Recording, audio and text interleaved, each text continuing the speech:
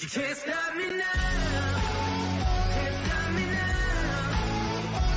My feet have come too far for you to tie 'em to the ground. You can't stop me now. Can't stop me now. Set my sights, turn it back around. You can't stop me. Well, good evening and welcome to the Psychic Coffee Shop. I'm Aeson Knight, and with me tonight is Julie Hatch, who's a acupuncturist, studied Chinese medicine, and a mom with her new book, A Parenting Revolution. How are you, dear? I'm doing great, Aeson. How are you? Nice to be here. Good. So, what is it? What's new about parenting? I mean, you feed them, you dress them, you send them out in the yard and tell them to come back in when the lights go off. That would be great. We should go back to that rather than micromanage and control and direct their lives. Yeah, I mean, a whole lot of anxiety in them. Yeah, open the door, let them go do their thing, and come back when it's feeding time. Right. But that's not how people do it. No, that's not how people do it now. I mean, some high schoolers, I feel so sorry for them because I'm a planner, and their planners are busier than mine are. I'm like, yeah. What the heck have we done to our kids? They need like a second job just to get through school. It's true. They're definitely overscheduled, and again, they're micromanaged, and they're pressured to do this activity and that activity. And is it going to look good on their college application or resumes or whatever it is? And it's I think it's kind of pushing them and emphasizing the wrong things in our kids. It's emphasizing the superficial parts of living and the superficial and the materialistic parts of growing up, which is kind of too bad, and it's putting the emphasis in the wrong places, I think. Yeah, I think it is too, because we also, I don't know, I think it's my generation that got inbred with that idea that everyone has to go to college, everyone needs a master's degree, no, some of them are just plumbers and mechanics, and let them carry greasy tools into your house, not textbooks.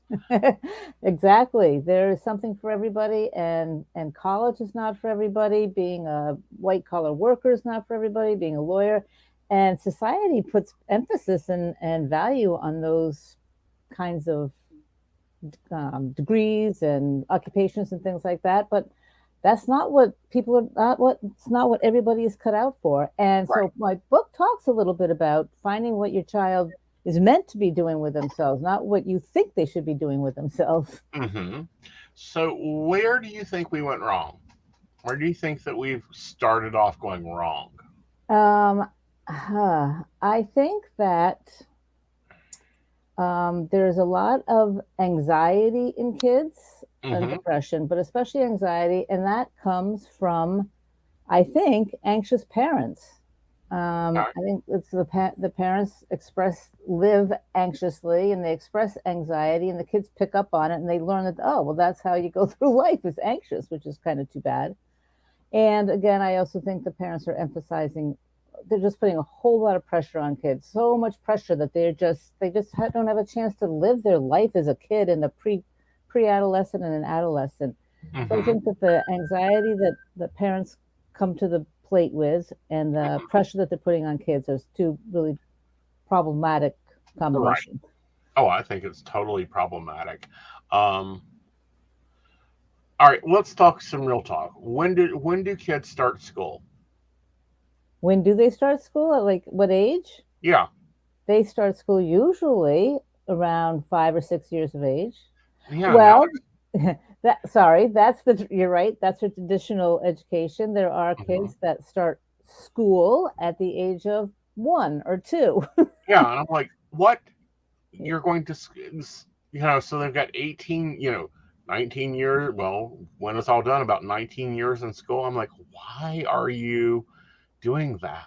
That's so true, because it's not I think that it doesn't do good things for their creativity. It just has them following a program, like you say, for 19 years.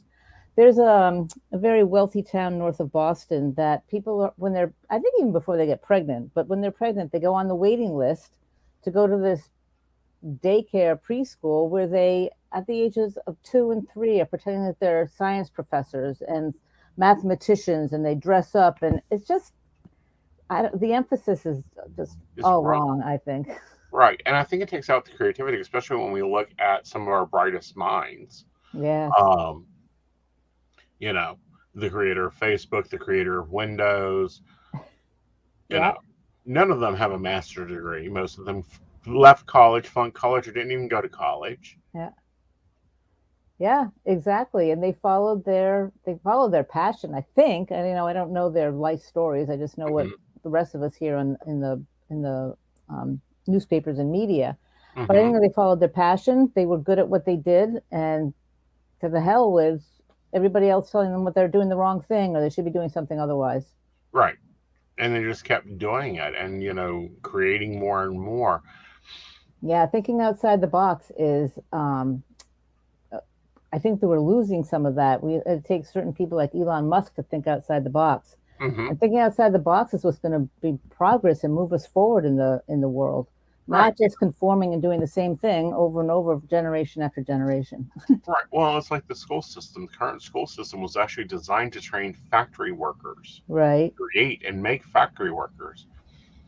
Yeah. There ain't a lot of factory jobs anymore. Nope, that's right. Times have changed, and we're still living back in that time. So you also do one-on-one coaching. And did this book come out of that, or were you already working on this? They sort of went hand in hand. I think I was told that if you want to do well at your business, you should have a book. But the book was just in me. The book came out. It was a message really that I wanted to put out there and had to get there. So whether it helps my business or doesn't help my business is beside the point. It's really my message and my passion to help kids. And the only way to help kids is to help the parents. I can't just directly work with kids. I have to work with the parents. Yeah, you have to work with the adults. That's right. If you work with kids, you look at them and say, don't go to school if you don't want to. Clean your room, eat your vegetables. Yeah. Here's some ginger tea at 4 o'clock in the evening. And they'll look at you and go, okay. Right? Exactly. Right. And I've done my thing. I have had 3 kids. But so the book really came out of, so I started my coaching. I've worked with kids. I've been in pediatrics my whole adult life.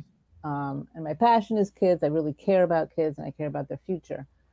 So my coaching business stemmed from my work, from my studies in traditional Chinese medicine as an acupuncturist.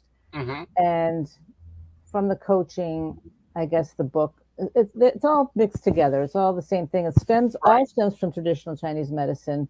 And part of it comes out as coaching, part of it comes out as a book, part of it comes out as a podcast I've been doing, all with the same kind of message about raising kids in a healthy, what I think is a healthier way. Right. And that's the important, is the healthier way. Now, I have this philosophy. You are sometimes not the best parent for all ages of children. Right. I am great with children up to about 6. Yeah. Then I can take them back and deal with them again around 14, 15 after they've learned that no actually means no. And there's a reason why you don't put a penny in the socket. Right. Yeah. What about you? Which stage are you as a good? I like the younger years. Definitely from 0 to 7, 8, even 9. And I think 10, 11, 12, 13 is kind of hard. And then adolescence, what you do between 0 and 13 or 14 is going to make or break their adolescence. So adolescence can be really fun. Teenagers can be really fun, as long as they didn't get too messed up as young kids. But they're really cool in the way that they're on the brink of a whole new part of their life. And I equate adolescence as like a toddler where they are trying to get their independence. They want to get out into the world, but yet they still sort of need mom and dad. And so adolescents are just on the brink of getting out into their adulthood. And that's pretty cool to watch. It is. It's a little nail biting too, but it's cool. No, honey, that's called the gel nail series. You get your nails done with the gel so you can't bite them off. I promise you, I've tried. It doesn't work. It'll cost you more at the dentist. I need to do that. So, helicopter parenting is bad. I have a viewpoint. I hate free range children You do. Tell me why.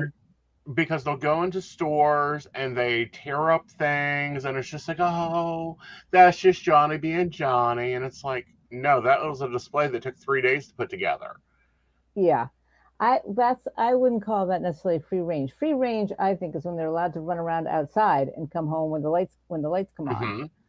They Kids need to be taught manners, Mm-hmm. respect of other people and other people's property. They need to be taught what is okay and what is not okay. Right. But they also need to be given room and space and time to do that, not to Yeah. mess up a display, but to go out and run around. I Mm-hmm. tend to think that needs to be done outside in nature, Mm-hmm. or on a playground. But to let it out, let out Yeah. whatever it is. But there are times and places to Mm-hmm. behave. Bad. Yeah. And to be little adults. And Yeah, that's something that I have done with all the children I've helped raise and all the children I've been influences. Don't care if you're 4, I'm going to talk to you like a mini adult. yeah, Your language you understand.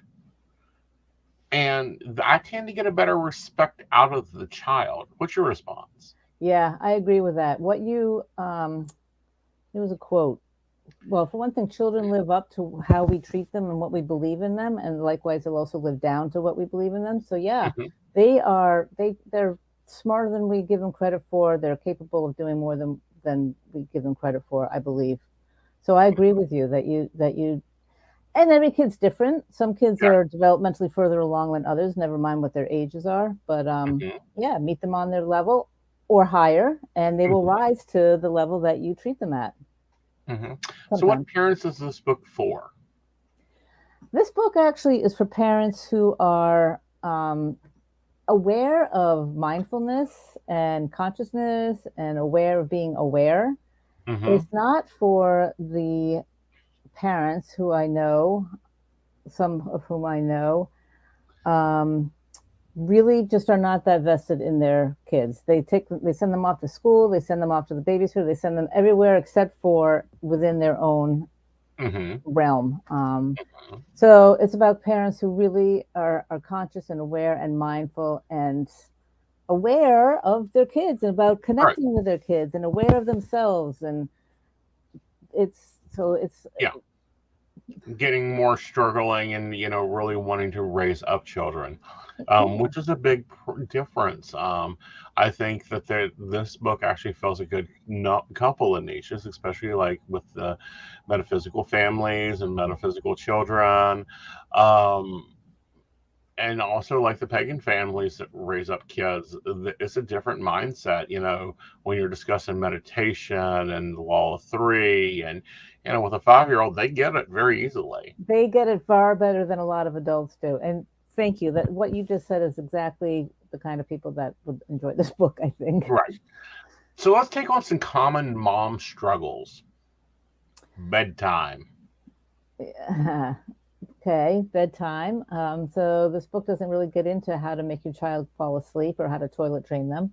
Uh But huh. so bedtime, I think, well, for one thing, sleep is really important in kids' mental health. And so a bedtime routine is helpful. And again, it depends on what age you're talking about. But starting them young with bedtime routine, which I think is always good to include. And people are going to say, oh, yeah, right. I don't have time to do this, but that's your choice. A little bit of reading, spending some downtime, turning off all screens an hour before bedtime, no Mm-hmm. screens in the bedroom at all, Mm-hmm. and a bedtime routine, which I think should include reading or telling a story or singing songs or doing something where you just sort of come down out of the day, off the day, spend time together, and everyone starts to settle down. And, so that's my idea. And maybe that Is that sounds a good ideal. time And to I put know that in some kids don't always follow. meditation? Sorry. Is that a good time to insert some meditation there, Oh, especially if they're absolutely. hyper? Yes. Yep. Yeah. Yep. All right. What about what bigger struggles do you deal with? Um, mostly people come to me because they're having their child's behavior is causing a problem at school or at home, or Mm-hmm. the child is acting out or isn't behaving the way that the parents think that they should. Um, sometimes a lot of times I get concerned parents about anxiety in their kids, depression in their kids, but mostly it's behavioral. And what I try to help the parents understand is that, for one thing, behavior, depending on what it is a means of communicate. That's a means of the child is communicating something that is not feeling good in their world. Something is going wrong. It's causing them stress and discord, and they can't verbalize it. They don't know exactly what it is. But when they act out, when there's a behavior that isn't working, that is a cry for help. It's a cry saying something is wrong and I need help in figuring these feelings out, or this whatever's happening in my world out. Right. And trying to figure it out from their perspective, which can be a very much puzzle piecing thing. It sure can. Yes, it can. You know, you know, I had one little child, and he threw a fit every time sirens went off. Yeah. We never figured that out. But finally, you know, we got him to calm down and get through it, and he just got used to it. Yeah. But, you know, that's normally a sign of trauma and, you know, or, you know, abandonment issues. What's your thoughts on kids coming in with memory? Coming in with memory? Yeah, like memories of past lives or reincarnation or. I haven't worked with kids with that stuff. I did read the book, The Boy Who Knew Too Much. Did you read that? And that really was a great book about reincarnation. I do believe that all of the, or many of the kids that come into this world, their souls are a reincarnation, I guess. So they're just incarnating this new body of theirs, but it's there, but they do have souls. So I have not had any personal experience with kids having memories of, but absolutely, I'm sure that happens. And I wish that I had known way back when to pay attention to that in my own kids. Yeah. Because like I say, that book, The Boy Who Knew Too Much, and plus a couple others about reincarnation, really eye-opening and really mind-expanding and fascinating, I think. But I don't have enough experience. I was just wondering if you maybe covered some of that in Chinese medicine. No, I didn't, or I did not learn that in Chinese medical school. Okay. What about ADHD? It seems like every kid I see now has got that stamper, like stamped on their head, and I'm like, got a pile of bricks, put them on one side of your yard, let the kid carry them to the other side of the yard. Yep, you're right. I think that a lot of it is, well, it's a. I'm just trying to put it into context with my book. Is that there are different element types, and the element types are relate to their inner nature, who they are and the born. And so ADHD kids with that label, they tend to be really active kids. They're competitive, they're outgoing, they're loud, and it's their nature. It's their true nature. It's what they're born with. It's the way that they are.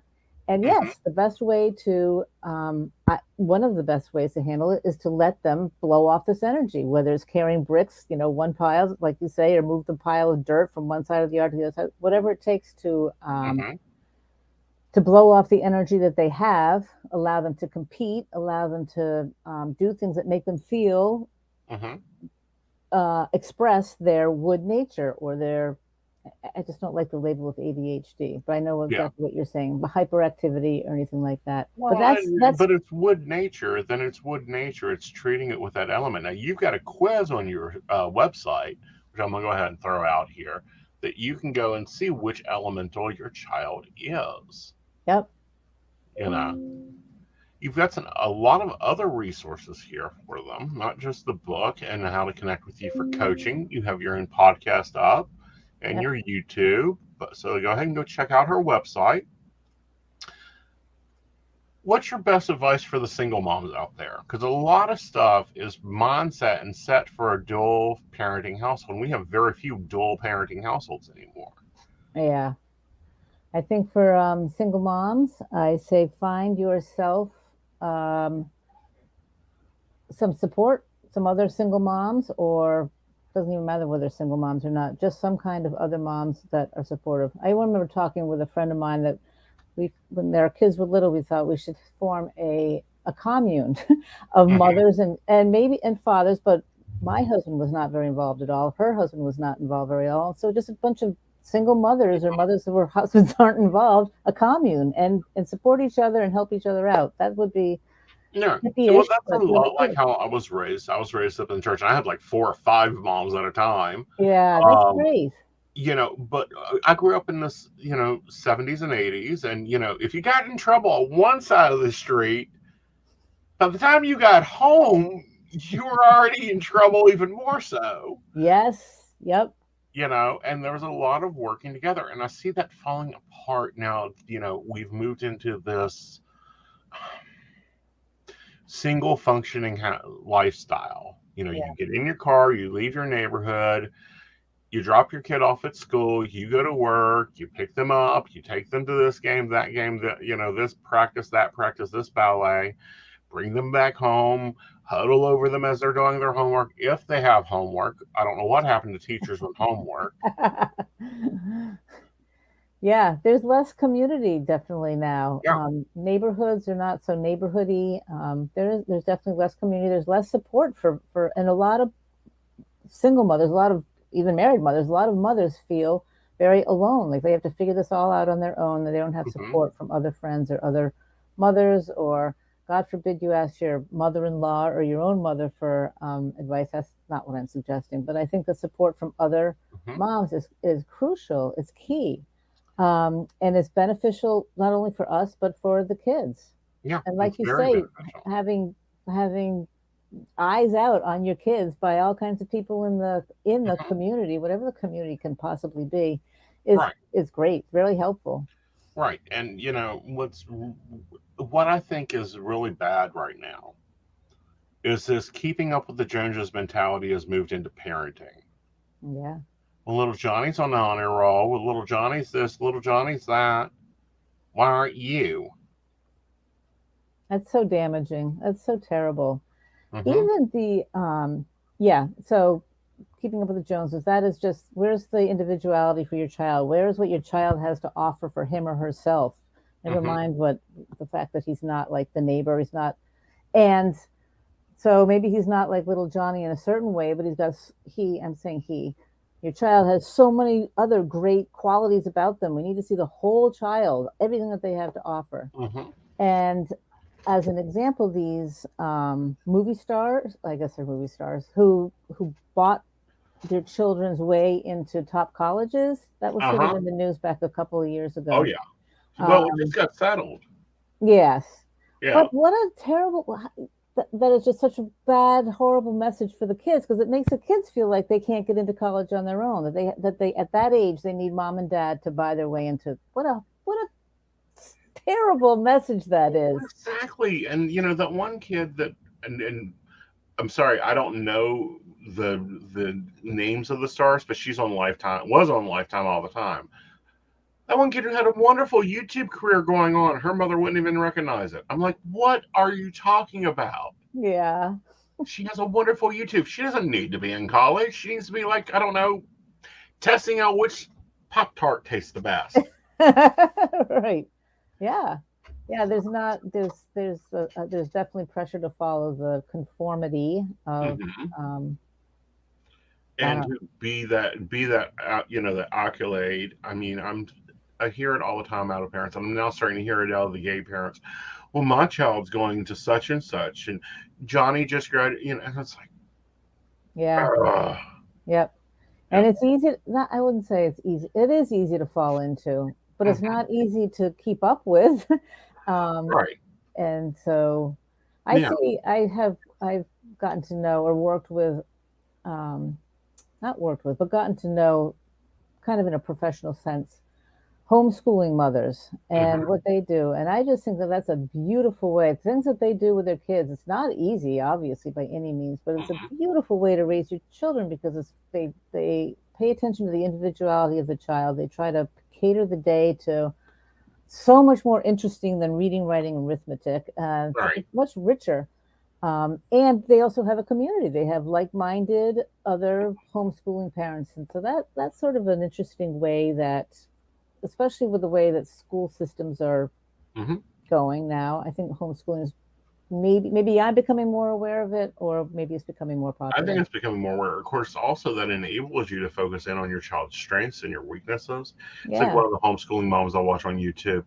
She's teaching her 14-year-old physics now. yeah. You won't Ooh, find that in a school anywhere in this country. good for that mother for being able to to teach it. I don't think I'd be Yeah. able to do that. I think she does it as part of her professional life, Okay. and the kid's got a built-in talent for it. Yeah, perfect. No, it's amazing what can be done in homeschooling. Now we talked about the wood elemental being very active and very much getting up and burning energy. What are the other elemental personalities? There's fire, which are also very energetic, but they're really charismatic. They're people Hmm. kids, people. Right. Very charismatic. They love attention. They love performing. They like telling jokes. They like singing and dancing. Hmm. They're just like being the center of attention, and they like Right. the new bright shiny objects. So they don't Hmm. they have a hard time. One of my kids is a fire child, and he has a hard time staying on track for one career or one Hmm. college or whatever. And he's off to doing this and trying that and that and that. And his path through life is going like this. And that's Right. fine. That's him. So that's fire. Then there's earth, who are peacemakers. They like Hmm. everything to be calm around them. They really don't like fighting and discord around them. Hmm. They also are people kids. They love their caretakers. They love their teachers. They love their friends. They don't like being the center of attention. But they like having people around them and being on the periphery and being sort of part of a group, but really just having people around them. And they're very loving. Um, they're like little Buddha, cute, lovable little kids. Then there are metal kids, and metal kids um, they are very organized. They like not rituals, but they're organized. They like predictability. They like schedules. They like to know what to expect, and that keeps them really happy. They're almost a little bit OCD. They're like I say, they're organized. They like Hmm. puzzles. They like numbers, and Hmm. they like things in order. Hmm. And they also like they're very aware of right and wrong, and they believe that people should do right, and they try to Right. do right themselves. And if their friend over here is doing something really wrong, it bothers them. Mm. So they're one of my kids also was a metal, and didn't need a whole lot of discipline because he knew right from wrong, and he did not like to be punished. It's very demeaning, that very humiliating for a metal child to be punished. Hmm. um, so he didn't need a whole lot of discipline. He knew what was right, what was wrong, and he toed the line. And if he didn't, that was his choice, and Hmm. it wasn't a problem. And No. then finally, there is water, and water children are very introverted. They're very quiet. They're very in their head. They're very creative and imaginative. They don't need a whole lot of people. They don't like a whole lot of people around. They have one or two good friends, and that's fine with them. And like I say, they're very creative in their head. They're philosophers. They're deep thinkers. They're really Hmm. interesting kids. So that's sort of the five elements in a nutshell. Okay, well, I'm gonna throw a situation with you, and how would it affect the children? A divorce. Well, it, divorce in itself is not a okay. I don't think divorce is good, really good for. That's not true. I think that divorce happens in 50% of families, anyways. And I think that it can be hard on kids, but it doesn't have to be hard on kids. It all depends Hmm. on how the parents go about it. I got divorced while raising kids, but my husband and I went about it, ex-husband went about it in a rather different way. There was no animosity, there was no outward fighting. Hmm. Kids, it's good for kids to see that there is conflict and watch to see how the parents resolve the conflict. Hmm. A lot of fighting and arguing and that stays lingering in the air is not healthy for kids, I don't think, having that energy. But Hmm. seeing parents have their conflicts and then resolve them, or resolve by getting divorced, and it depends on it all depends on how the parents handle it. Which one of them would be mostly affected? I would assume the middle child would look to be the justice one, Yes, I think figuring that out who was right and who was wrong. yeah, that's true. But Okay. the earth child really cares about having their family around. They don't like discord, and they like to have like to sit in everybody's lap. They like to have their family intact and together. They love being at a family dinner table. Mm-hmm. So they might as well. But yeah, also the metal. Probably the wood and the fire wouldn't care so much. And Yeah. that's a huge generalization. I mean, I think that Right. all And we're kids going care. very general in these terms. Dig into Yeah. the book if you're looking to deal with some of these situations. Yeah. Yep. Uh, but, and you brought up, like the friend doing wrong. Who's the people pleaser out of them? That's the earth child that does not want any arguing. They go along to get along. Mm-hmm. They fly under the radar because they make sure that everything is copacetic and calm and nobody is getting hurt and everybody is happy. Earth is very much the people pleaser. Who's the kid on the roof? Like the wood child. The wood child? Okay. When you say on the roof, tell me more what you mean. Meaning like climbed out of the bedroom window, standing up on the roof, going to be Superman. Yeah, that's a wood child. They don't care. They love taking risks and chances. Yeah. And most of the time, I think they can handle it. I think the kids in general know what their limits are. And Uh-huh. if they don't and they learn, the wood child can handle it. They don't, that's fine with them. Interesting. Uh-huh. So, other than like mindfulness and teaching children to be a little bit more woken and having their head together, how did you, as a mom of three, parent the two elements you had differently? It's important because you have to parent all of your kids differently. And I still am parenting them differently. And I'm more aware now than I was when they were little, Mm-hmm. fortunately or unfortunately, as to what they need. And like I say, the fire child who is following his own very unique path is not following the traditional path at all. And I made him feel I tried to make him feel absolutely fine with that. I accepted, Mm-hmm. you know, I wanted him to get some kind of an education. Certainly, I encouraged him to Right. go to some kind of a college and get some kind of a degree, which he did do. But Mm-hmm. I'm welcome to hear all kinds of new things that he's trying. Um, and the metal child I don't know if it comes as part of his metal personality, but he was very self-directed. He knew what he wanted. Yeah, Mm-hmm. it is part of the metal. He knew what he wanted. He was self-directed. He did not need much of anything from me or his dad. Mm-hmm. Uh, and so I just sort of, again, I was there to guide, but not do anything to take over for him at all. He had it totally under control. And my other child is a wood and an earth, and he's wood and he's got more broken bones, but he's such a easygoing kid, like an earth child. So Mm-hmm. he's a beautiful balance between wood and earth. And I really just tried to guide them, aware of what their tendencies were, and tried to bring out the best in them and keep them alive, I guess. Right. Um. So, with that, and I'm sure every parent gets to that they can't do it point. Cannot. This child doesn't go to bed. I'm going to put him in the dryer and shut the door. Moments. Yes. What's your guidance for those? Well, again, depending on the age of the child, but rather than shake your baby, you got to walk out of the house. You gotta remove yourself from the situation. Take some big deep breaths.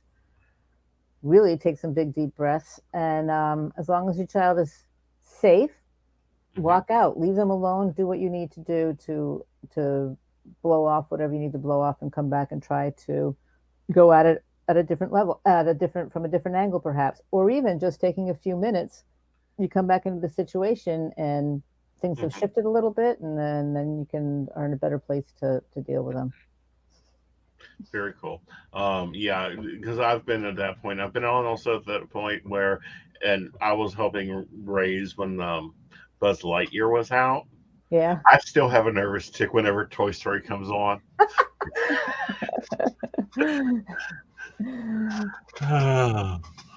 But what is we've talked about a lot of the hard things. What has been some of the joys you've had in your practice working with parents? Oh, seeing parents connect. I've worked with parents largely to help them understand who their child is, what their element type, but who they are and what their Mm-hmm. what the great things are about their child, because parents are not naturally, although it seems to be naturally, lament what is wrong with their child and all the problems that the child has. That's what parents are always talking about, the problems that they have with their kids. And so if I can change their perspective a little bit, or the way of the way that they're seeing their kids, and help them see the great things that their child has to offer, which may not be what the parents expect or want or think they should be, but if they can take a step back and really see their child for who they are, and honor that and respect that, that's huge. I think that's that's great.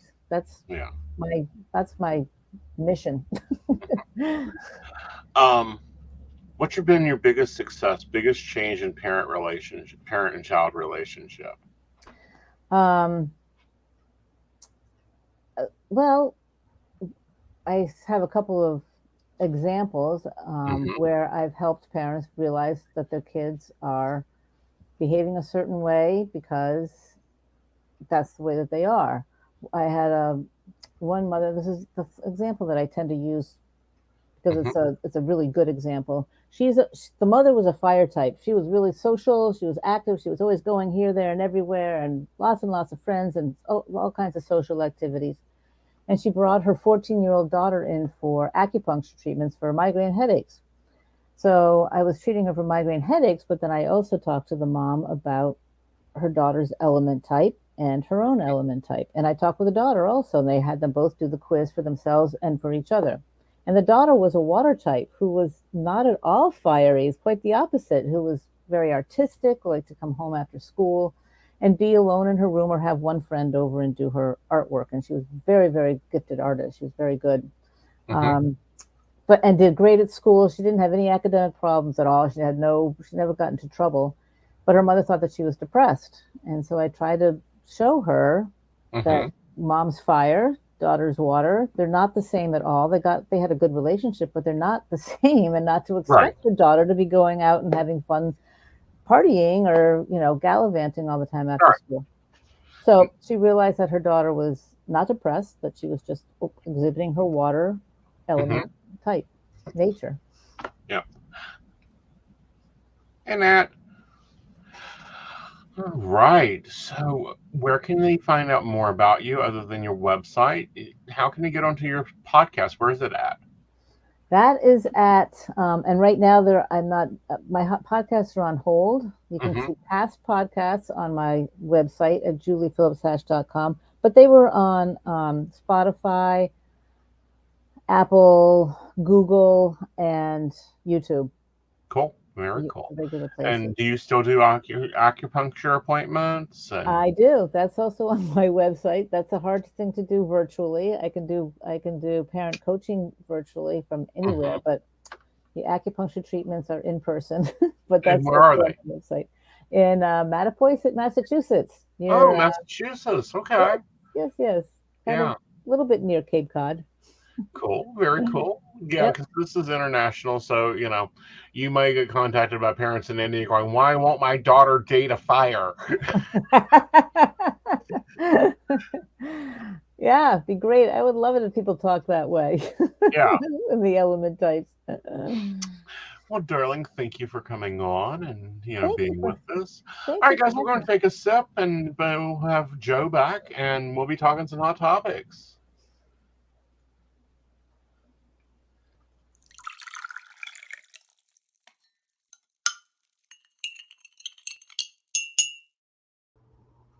Okay. Hello, darling. How are you? I'm doing good. How are you this evening?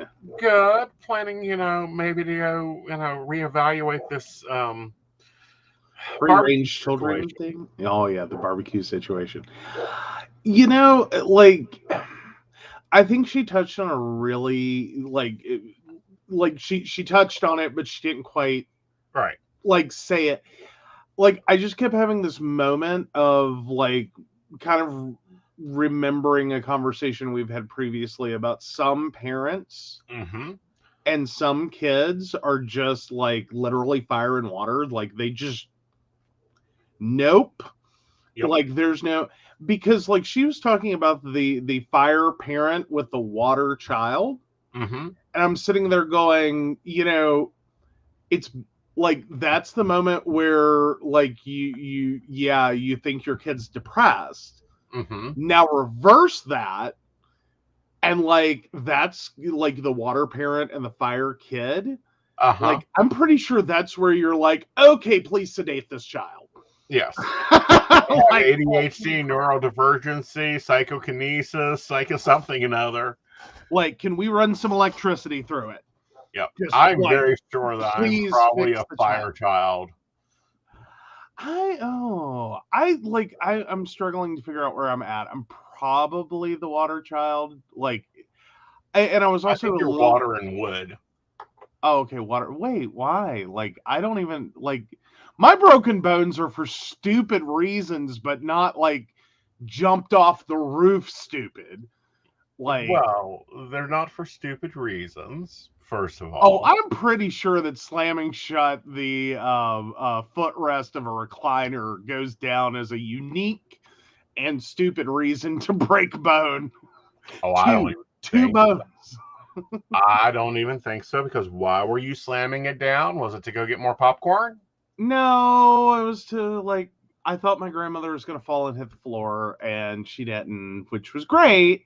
Right. But at the same time, it was just like, God, this feels so stupid. Mm-hmm. Like, of all the reasons, right, I could have broken bone. Mm-hmm. Like, this is not cool. Like, there's no telling the story later like it was, you know, a great and like, no, I slammed shut the footrest of my stupid recliner and broke 2 bones in my ankle. Uh-huh. Like, it's just like twice because you freaking was a horse thief, but that's another story. Well, that's your theory. Like, the actual theory, well, I didn't break my neck in, like, so to speak, in this life. But like I did injure myself. Mm-hmm. And again, like, I don't know. I just look back and there's just like so many places I'm like, was it really just like the strain of picking up my grandmother? Or because like I kind of put it that way. Yeah. Because that's like the last incident. Mm-hmm. But it's like I look back and go, yeah, there's a crap ton of things that happened to me that it's like, yeah, that probably didn't help. Right. That probably didn't help either. Like the office with the 4-prong desk chairs. I still don't know how they got those through OSHA. Oh, like that's so cute. You think they cared? I mean, like, I'm sorry. This was an office I worked in that I swear to God, I just waited for the like giant vans and the whatever agency jackets and the chain on the door. Like, I expected it. I had accepted it. One day I'm going to drive in. Uh-huh. And like, there's going to be people pulling boxes out of the building. Like, it's shut down. Right. Like, because there were so many things that I was not paid enough to care about. Right. That like, because I already told them, like, you know, you don't pay me enough to lie on a stand. Right. Like, so don't ask me to do things that are illegal. Right. Like, I am not going to prison for what I make. Right. Like, I will tell all I know. Right. Like, you got to pay me handsomely if you want me to lie for you. Right. Like, I think everyone should be there. Right. But no, they didn't care.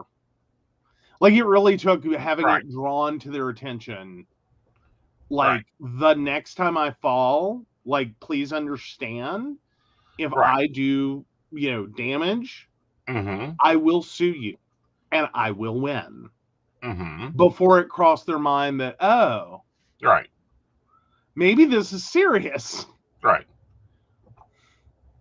And it's like, I just laid the evidence on the table. Like, one, it's 4-prong chair. Those aren't, you know, those haven't been approved for decades. Right. 2, you know, hi, you're liable for workplace injury. Right. This is going to cause a workplace injury. And then when they went around the building and found out this was not uncommon. Right. So many people in that office kept flipping those 4-prong chairs, which is why they're no longer made. But so many people in that office kept flipping those 4-prong chairs, and they realized they were stuck in a potential severe liability. that like basically like it was probably every couple of days someone flipped one of these chairs because you couldn't like literally if you just sat in it wrong, you could roll it. And it's like, yeah, I kept falling backwards and catching my head on the cube wall because tiny cubes, like 6 foot cubes, dude. 8 foot at least. Like that would be my condition to ever go back to cubes. I've realized the only way I would ever go back to a cube farm is like you're giving me at least an 8 foot cube. Yeah, that way you can at least lay down in it. Yeah, you know, for without my feet under the desk. Yeah. You know, but no, like maybe the cubifice, like the cube office, like whatever you call those, the offa cube. The off cube. If you will. Like those aren't bad. Like I can tolerate that concept. But that like open, like half open plan cube farm bullshit at 6 foot. Like barely 6 foot. No, never again. I hate those. That was just pure evil. Like y'all were talking about school being evil. I'm like, you know, though, how much of that does train the modern office worker? Like originally started, yes, for you know, factory workers, but you're literally creating the widgets that go in cubes. Like you're no longer creating the people that make widgets. You're creating the widgets that sit in cubes. Like that's it. That's kind of the modern education system. I like, and I'm talking like basic education.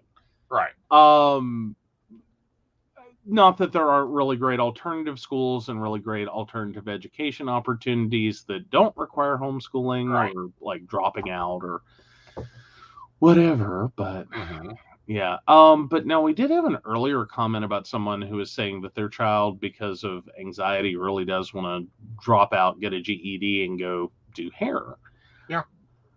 Honestly, I say it like this is my personal opinion. I am not a child expert or anything. My opinion on that situation is to, as long as they get the GED. As like, long as you get the GED. Like that's the only thing. Like you want to drop out, try the GED program, like you can do that. But if you don't complete it, if you stop doing it, you're going back to the classroom. Like that's your option. Like you do one or the other. And then encourage that, mostly because I've seen the number, like, and I've seen this in my family. The number of people that know public schools just don't work for them. Like it's a shitty situation, and like you well-meaningly, because education is important. If for no other reason than good luck finding a job. Like unless you're ready to support yourself and you have a business idea that doesn't require a high school degree, good luck. Because if you have to work for someone else, you have to have it, one or the other, the high school diploma or the GED. And not that there aren't things that are valuable there too. But I've just seen so many people that tried to force the just finish high school, just a little bit more, like you only got one more year. And like these kids are just so tortured that like there was never a hope they were going to get either. Like they end up like at the point in which they have said, I just want to drop out and get my GED. That was the last off ramp to them ever getting a GED or a high school diploma, either one. This is all they have to tell you, that my life sucks here. In some form or another. And that because, and again, well-meaningly, just please do the high school diploma. Just please get the diploma. Please stay in school. Please, please, please. The next time that anything comes up about this, they're already out. They're done. They're not touching a GED program.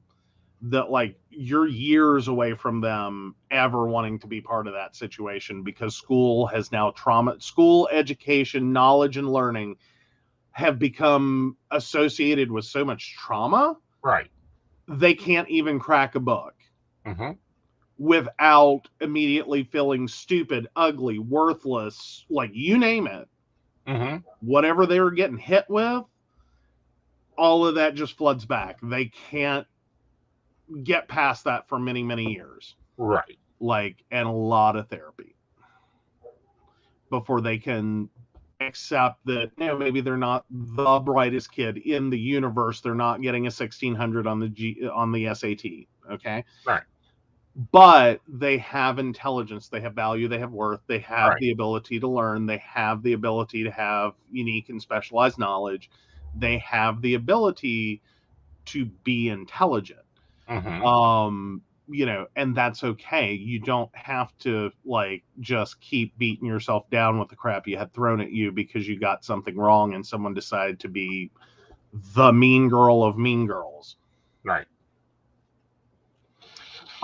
That's what I have seen. Exactly. Oh, we're gonna do this tonight. Let me get this on the other screen. There we go. Sorry, I keep having this weird, like, Techie Joe is gonna throw out a tech problem real quick. Can someone please explain why my monitor goes through this daily, like 1 hour, 2 hour flicker cycle? Right. I can't peg it to a time of day. I can't peg it to like activity on my graphics card. I can't peg it to a loose cable. I got nothing.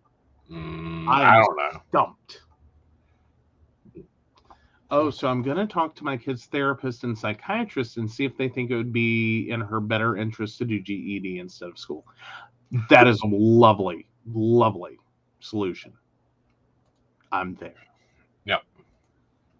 Hello, Lady Gwen. Nice to see you coming in. All right, so we're going to talk about something we don't have an article for. Well, actually. Well, there's been so much in it. Like, does one like really need an article at this point?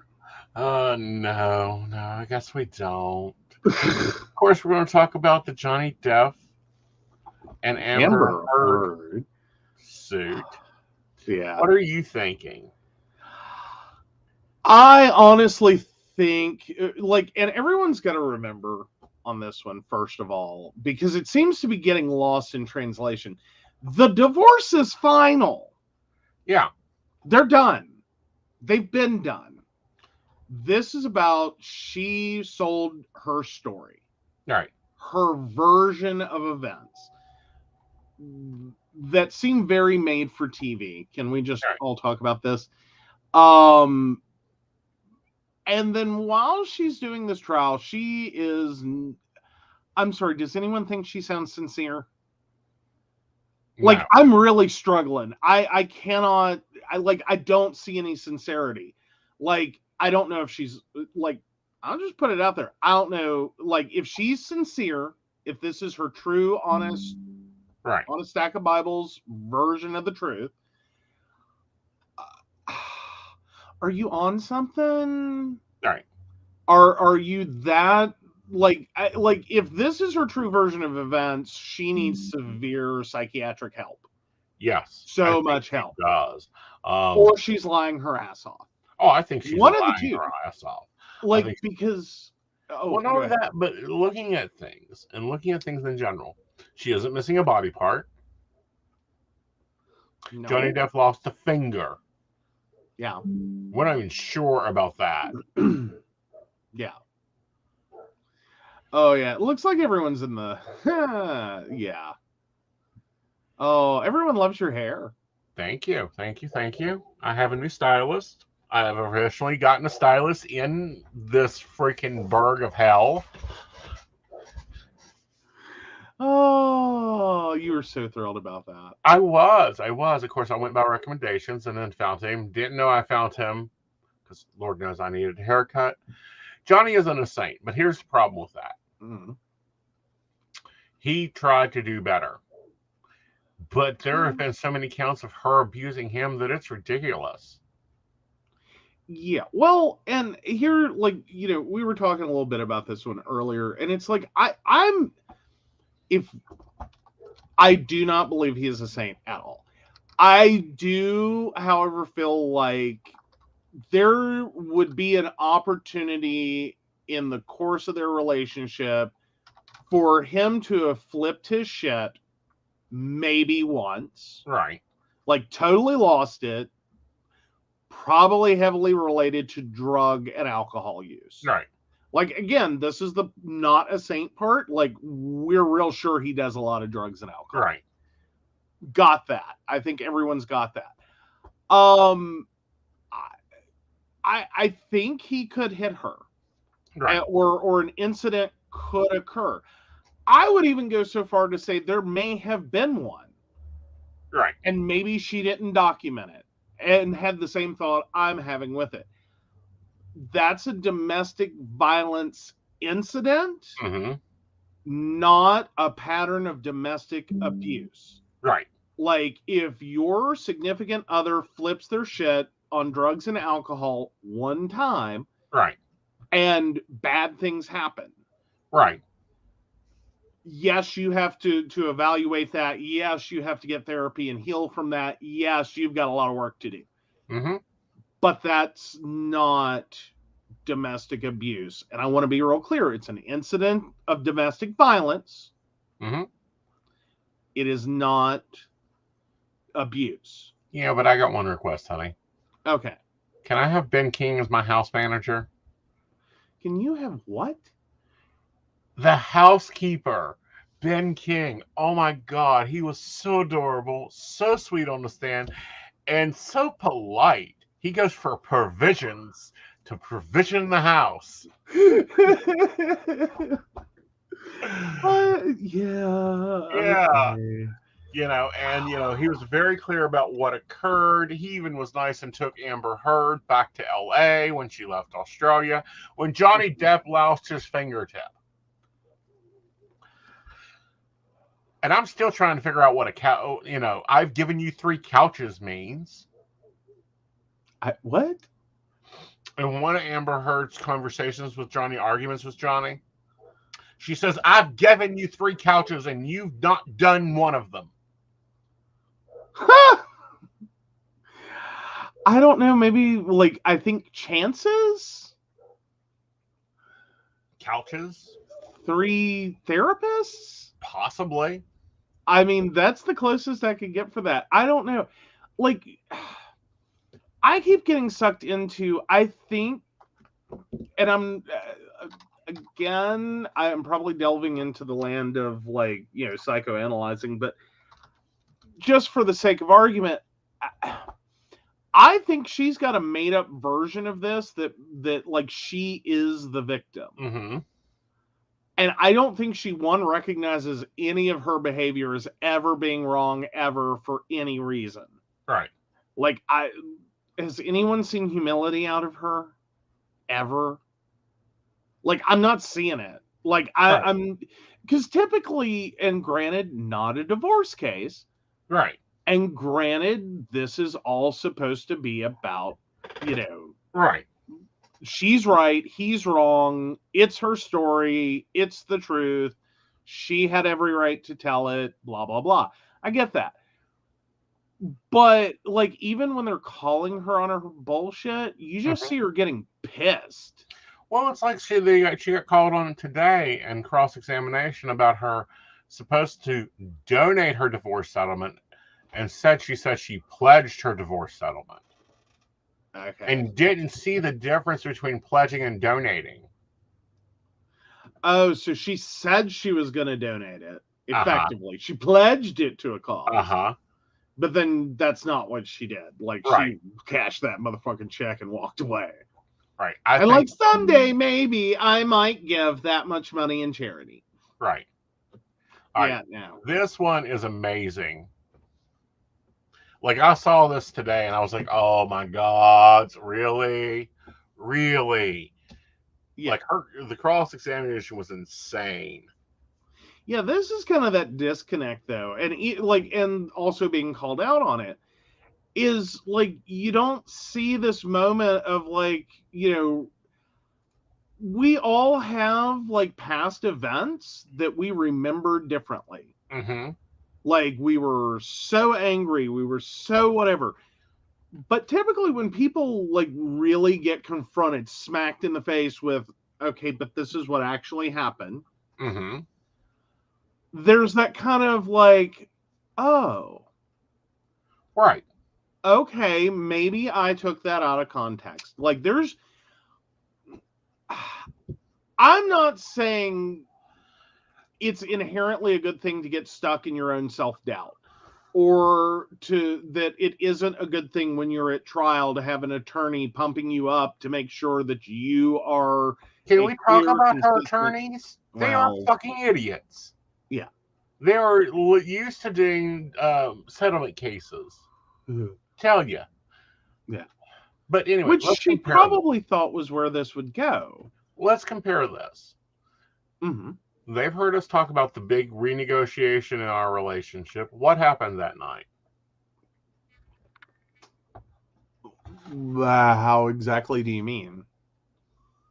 As in, like, there was a loud, angry conversation that went with it, I do believe. No, there wasn't. We never said a word to each other. Oh, you mean like the breakup and the the renegotiation. Yeah, I mean, the period can be called that. Right. But no, yeah, the technical breakup was actually silent. Yeah. Deafeningly silent. Uh-huh. On both sides, it was like, okay, like, this is where we're at. Okay. Okay. But yeah, sorry, I don't know, mentally I'll jump to a different night, but anywho. Mm-hmm. But no, and then the period was mostly silent, and then yeah, it was the invisible assistant that was like, okay, I don't know what happened here, but I keep feeling like both of you got the wrong end of a stick somewhere. Mm-hmm. That was like the basic gist of it is, I think something happened, but I don't think what happened is what happened. Mm-hmm. Like, neither of you seemed to be like because we weren't. No. Like, neither of us were in that headspace where it's like, you are the scum of the earth. I fucking hate you. Mm-hmm. I want to burn your entrails on a pyre in town square. No. Burn your recording devices, yes. Okay, fair enough. But no, like... Only time I've ever been broke up because of a ghost. Yes. Which, if you haven't heard that one, you got to go back, find that episode. We'll try to post it later if we figure out which one it is. It's a couple of them, because it's my finest moment of pure psychic bullshit. Yeah, well, yeah. Only a psychic could have fucking lived that. Yeah, really. Well, short gist of it is, I sound too much like my father, especially on electronic devices.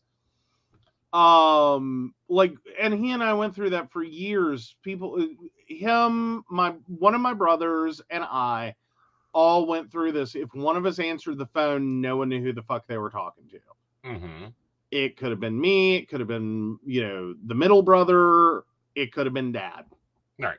You had to be careful. You could, like, because dad was notorious, side note, for, like, he'd let you go with whoever the fuck you thought you were talking to. Because dad enjoyed letting people just do shit. Mm-hmm. And think whatever they wanted to think, or believe whatever they believed, and then see what happens. Like, he loved chaos. He loved to create chaos. He couldn't just be like, wait, I think you're calling for... Mm-hmm. And I'm not him. Yeah, he'd be like, okay, I'll run with it. Uh-huh. And it's like, this is why for years I dove for the phone. Mm-hmm. Like, just no. Like, I can be respectful. I'll immediately tell you, nope, wrong party. You've messed up. You've wrong person. Hold on a minute. Right. But anyway, that argument, even our loudest argument over the tree, and you're not trusting my judgments and knowledge of this house. Wasn't any of this bullshit. But we both remember it differently. Yeah. Neither one of us would have thought to hit record. No. I mean, we thought about hitting the tree. I thought about hitting the tree with something, but then I remember it had a fusion. Yeah, really. Oh, hey. You figured that one out. That's just wrong. On so many levels. Bad joke neck fusion patients get to make. Sorry. We get our humor where we can. But no, we've got different versions of that. It is kind of funny at this point. Both situations, the renegotiation, the fight over the tree. Yeah. And I gotta say, the only two big fights we've had, other than you and your medical team, and I blew the hell up. Yeah. No, that's been the two biggest wow nights. And it was just both times it was, I guess you could say both times we had the wrong end of a stick. Possibly, yeah. Because that tree was literally a stick. Yeah. And that recorder was literally as a stick recorder, so I'll give you that joke. Oh, yeah. But no. The only time that I've lost my temper totally on you is over your fucking medical team being idiots. Yeah. And at that point, I was coming out of the taking care of my grandmother process. As in, I think only 18 months or so, maybe 2 years. Before she hit hospice, did we have any kind of support there? In terms of hiring an agency, having someone come in. The first 6 months or so of that were really hectic because we had fucked up and didn't know it. And no one with the agency was just being let me level with you. Right. Instead, they're no, we're going to continue to keep trying to fulfill the obligation and not tell you. And it finally took one of their employees being look, here's the deal. Right. She's great. I can't afford to work for you. Right. What? And then getting the explanation. It's oh, we can fix that. Yeah. I just needed someone to tell me. Right. Directly, concretely, intelligently, here's the problem. Don't beat around the bush. Don't, not that the agency even tried. Right. But no, so I was, and then even before that, the last company I worked for, good luck getting days off for medical. Good fucking luck. I had emergency surgery. You would think that I sprung going in for a paper cut on them. And it's yeah, see, no, I didn't take a lot of days for medical. And then jumped into taking care of my grandmother. Wasn't a lot of room for medical. I did what I had to do, dealing with my neck. And then everything else was just I'm young and hopefully I'll survive. Yeah. And we'll deal with it later. We'll deal with this, we'll deal with that, we'll deal with this other thing. We'll get there. Which, by the way, worst way to do caregiving. 0 out of 10. Do not recommend. Don't do that. Right. Well, and that's been our big fights. As I've lost my temper. Oh fuck no. Yeah. If I have to stick my finger every fucking day, you're gonna take your fucking pills, and nobody better shave your fucking leg unless it's me and stick fucking tape on it. Yeah. Well, yeah, there was a lot going on. And especially in that second incident. Yeah. Well, and all of it was being directed. Like I'd gotten a doctor that I was originally like, he seemed good. Mm-hmm. I don't know what happened. I don't know if it was like he was really good at like initial consults and like if you just needed annual physical. Mm-hmm. And he's a great doctor for that. Right. But otherwise, no. Right. Or if it was a situation like something changed. Right. Like if somewhere in that dynamic something went wrong. Mm-hmm. I don't know what it was. I've also been told I really sometimes mess with medical professionals, Mm-hmm. especially if you don't have a sense of humor. Like, I'm really hard to tolerate as a human being if you don't have a decent sense of humor. Right. Okay. So we got a couple questions, and then I want to go and talk about this damn teacher. Oh, yes. So we'll tag team all these two questions together because they're from the same person. Okay.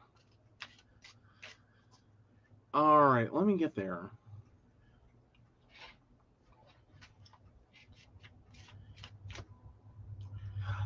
Oh, there we go.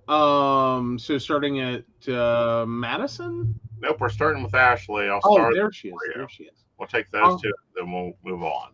Okay, thank you. So Ashley, 8/26/96, can I get a weekend forecast given it's Jen's memorial and Grace's recital? Take a look here. A lot of stress. You're going to have to be really strong. I feel like there may be some financial things. Weather-wise, I think it'll be fairly good for you. It may look like it's going to rain, but it won't. All right, now I'll take our next one. All right, where do I find the dang purple outfits? I have checked Target, Carter's, and Amazon with no luck for the babies. Darling, I'm going to give you some wise advice. Call your husband's people, the best dressed one. Ask them. They will know where to get purple outfits. They know where to get purple three-piece suits at. Mm-hmm. And I wouldn't be surprised if it's something like a consignment shop. That or, an independent dealer, independent designer, something like that.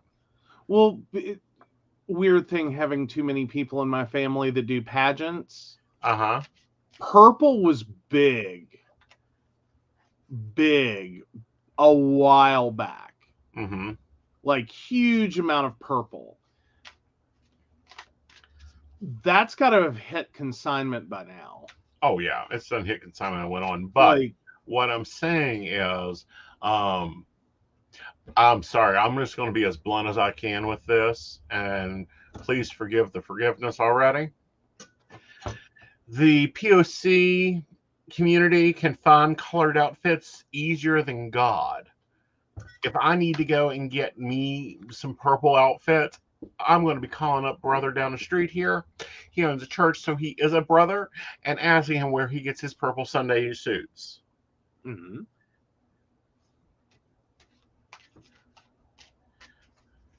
Aww.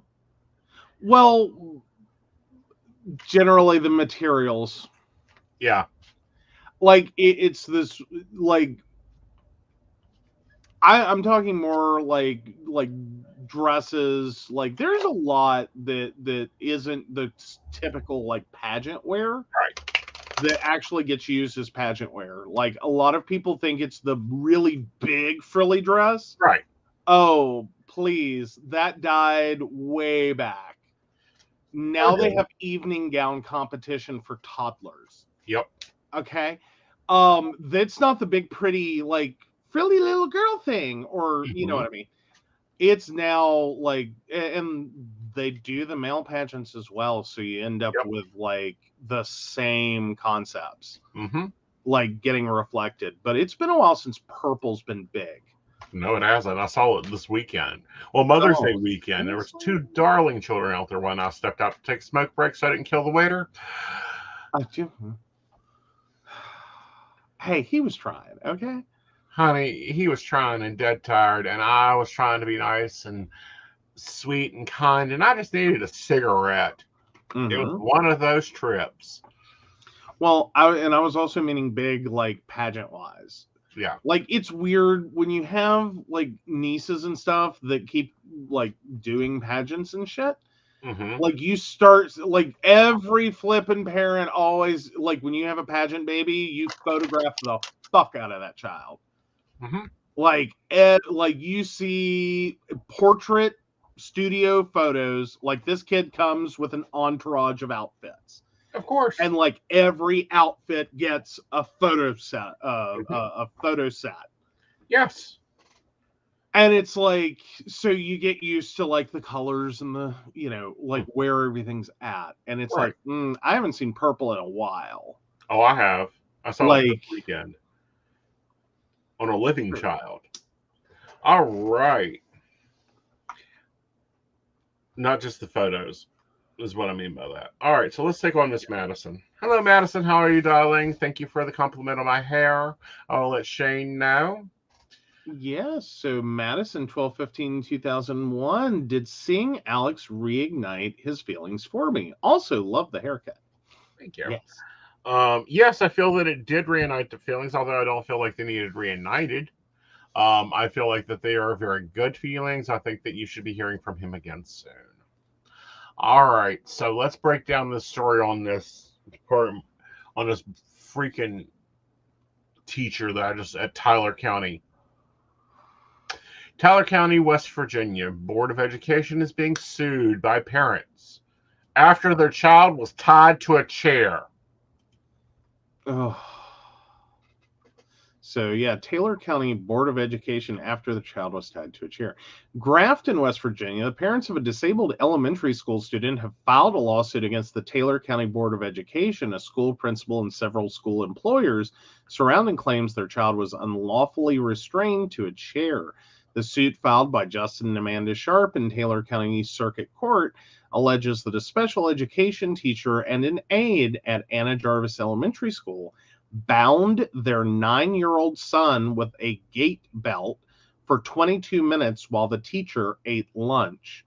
The boy suffers from a number of conditions that cause him to need help and supervision for most tasks, the lawsuit says. He uses a wheelchair or standing device and needs adult help to transfer on and off his chair or furniture. He also has a very limited vocabulary and cannot speak in sentences, the suit goes on to say. Due to his special needs, the child was placed on an individual education program, IEP, by the school system. That IEP did not call for the use of any form of restraint for the boy, attorneys for the plaintiffs point out.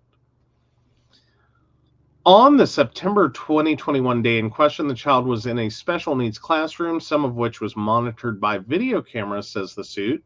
According to state code, the cameras were supposed to show the entire classroom and record audio. The camera in this classroom did not have a view of the whole room and was not able to record audio, claims the lawsuit. Below is what the lawsuit alleges was seen in the video.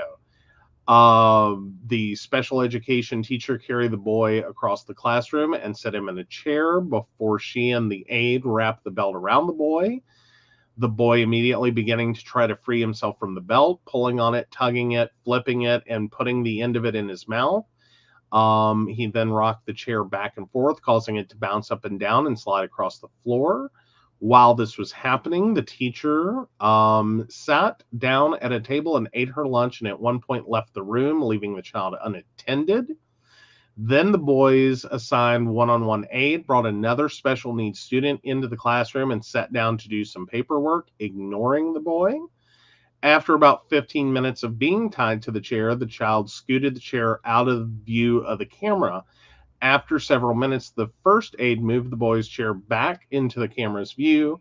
This pattern repeated itself once more, ending with the child hopping up and down furiously, which caused the chair to rock and lift up off the floor. A physical therapist is then seen coming into the classroom and appearing to question why the boy was restrained. The belt was then removed. The teacher also restrained another special needs child for about 10 minutes while she ate her lunch, says the suit. The school's principal was informed of the incident that day, and the boys' parents weren't informed that their child had been restrained until another 5 days after it happened, and was given a very few details, they say. Washington Department of Education, Office of the Federal Program and Special Support investigated this incident, and in February 2022, detailed a 12 violations of state law, policy, and or procedures according to the lawsuit. The lawsuit alleges neglect, violation of human rights, and reckless infliction of emotional distress against all the defendants, and neglect of full training and supervision against the Board of Education. The parents have asked for a jury trial. Good. Yeah. This is ridiculous. Yeah. And it's a gate belt. And for those of you who aren't familiar, these are belts used that typically are used to help support someone while they walk. Right. So they're very sturdy, they're very strong, they're meant to hold someone very snugly. Yeah. So that you don't drop them. Right. Think of a weight belt almost. Actually, like it's that. Think of the belts that clamp and they go through one loop and come out another, so you can't release. It's that type of belt, and it's very. This is damaging. They were informed 5 days later is how they found out. Yeah. So they got a letter from the school 5 days later. Yeah. And thankfully wanted to know more. Yeah. And use their West Virginia is still only, you have to have a specific incident alleged. Because I don't think we ever passed the amended legislation, did we? No, of course not. Then how bad these school systems are. Yeah. So in West Virginia, you do have to have a date and a rough time to allege an incident to then seek to review video. You can't just pop in and be like, I want to see this date in question. Right. Like you can't just randomly. Right. You have to allege an incident, and then, and only then, can you review the video footage from that classroom at that day and time? Right. Or effectively, an administrator will go ahead and scrub the video for that day and time. Right. See if there is anything, and then let you know. Right. If the incident isn't so far in the past that video has already been erased. Right. Because they have I think it's like 90 days or something. Well, again, I think it's ridiculous with the amount of storage that is available for purchase for like what, $12, $13? Pardon? Oh, storage that's available for very little money. Yeah. Yeah. Well, and moreover, like there's a giant flaw in this, which is effectively without that letter, they don't know what to ask for. This is a child who cannot communicate in complete sentences, wouldn't have understood what happened enough to explain it. Right. As are many of the kids that we're finding that this is happening to. That unfortunately, this is the giant gaping loophole, is if you don't know there's something wrong, you can't define an incident in a time frame. You can't report it and request to see the video. Well, this is what I do not get. Okay. Yeah. 20 years ago, physical restraints were no longer allowed in any mental institution, any nursing home, and any school facility. And Summers, yes, we do. We need your name and question. Date of birth too is awesome. Yes. So how they're even allowed to do this, not to just one child, not one, two. Well, and that's the other thing being pointed out here is it's not allowed. Right. It's not allowed. Right. And in most instances, anytime you are restraining someone, this should be for the protection of yourself and Right. others. And what's said here doesn't really demonstrate any reason, one, of like why. Right. Other than this teacher wanted to sit and eat her lunch and not be bothered. Like, that's not a reason. Then give her a lunch break. Why is his one-on-one aide supervising another child? That aide is employed by the Board of Education and paid by the federal government to take care of that child from the moment he come onto the bus to the moment he comes off the bus. Why was she dealing with another child and eating lunch and doing paperwork and ignoring him? I think this speaks to a lot of the problems that special education has had and continues to have. Is the lack of appropriate classroom support. Not that justifies the behavior. Doesn't. Does not. Right. But a lot of what we end up seeing is this: you're trying to treat a special education classroom setup environment like it's any other classroom, like this is any other teacher in your building, without realizing that no, you normally don't get to just like open the door, throw those kids out to the lunch line, and go sit down and eat a lunch. That's not the scenario of education we're talking about. Right. This is a group of kids, and then like have your like 5 teachers with lunch duty to like 100 kids eating lunch scenario. Right. Like it doesn't. No. But in order for this to work, you do have to have relief staff. Right. That are doing their thing. Otherwise, no, that teacher doesn't get a lunch. Right. Like, and it sucks and it's horrible and it shouldn't happen. Right. And it is definitely a complaint. Well, according to what I'm seeing in the records, this child was hired a personal aide, one-on-one aide. That is that aide's job. Is that child. Why was she aiding another child in doing paperwork and ignoring the child that she was hired for? Yeah, it's very... there's many things wrong with this situation. Yep. Not the least of which is restraining a child that does not... Again, there are instances where despite an IEP not having any kind of restraint... which is kind of rare, but there are situations, right? In which, again, to prevent harm to themselves and others. But that's where it all boils down to. You can exceed the bounds of the IEP, right? But you have to have exceeding. No, you could make a reasonable choice in that situation. You're going to get reviewed. Yeah.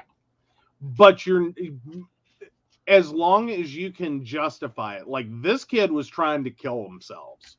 Okay? Yeah, like, but that's here's the video. Kid's trying to kill himself. What do you want me to do?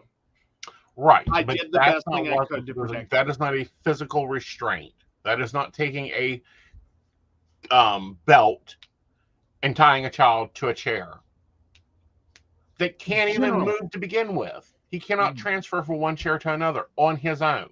Right. Well, but what I'm saying, though, is there are situations where, yes, the exceeding nature, like if the child exceeds the IEP, right, you can make choices. Right. You're going to get reviewed. You're going to have to answer for them. You're going to have to justify what you did. Right. This is a situation where you were nowhere near. Yeah, there's no reason you can justify hog tying a child to a chair that is in their normal day. Yeah.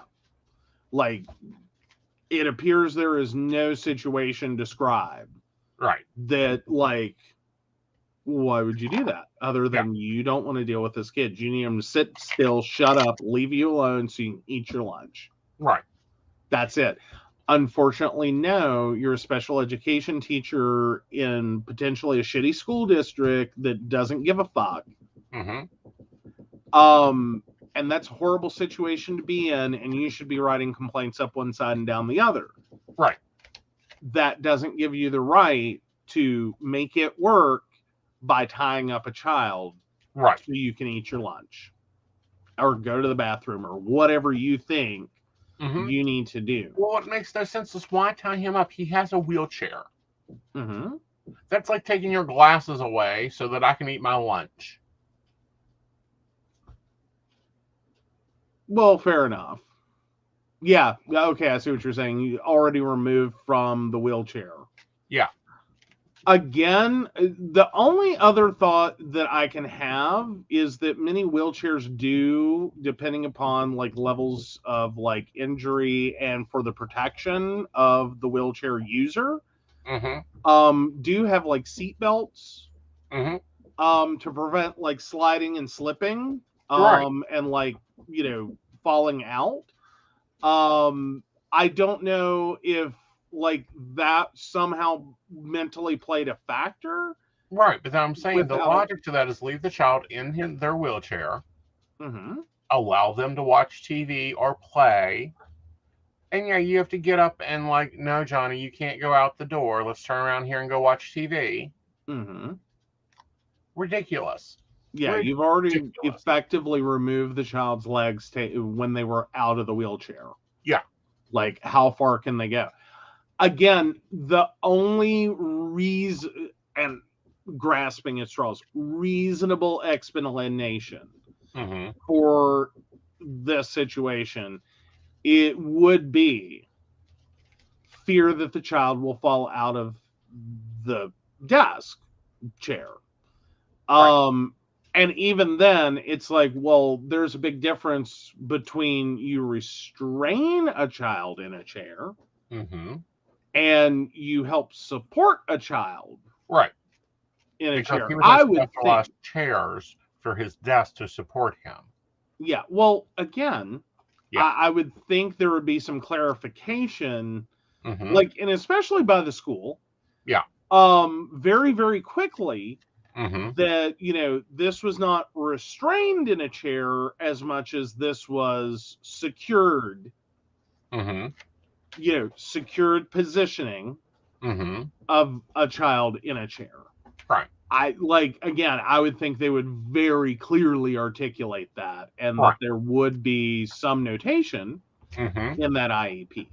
Right. That, like, look, this child typically uses a wheelchair, so when they transfer to a chair, you are going to have to ensure that they don't fall out. Right.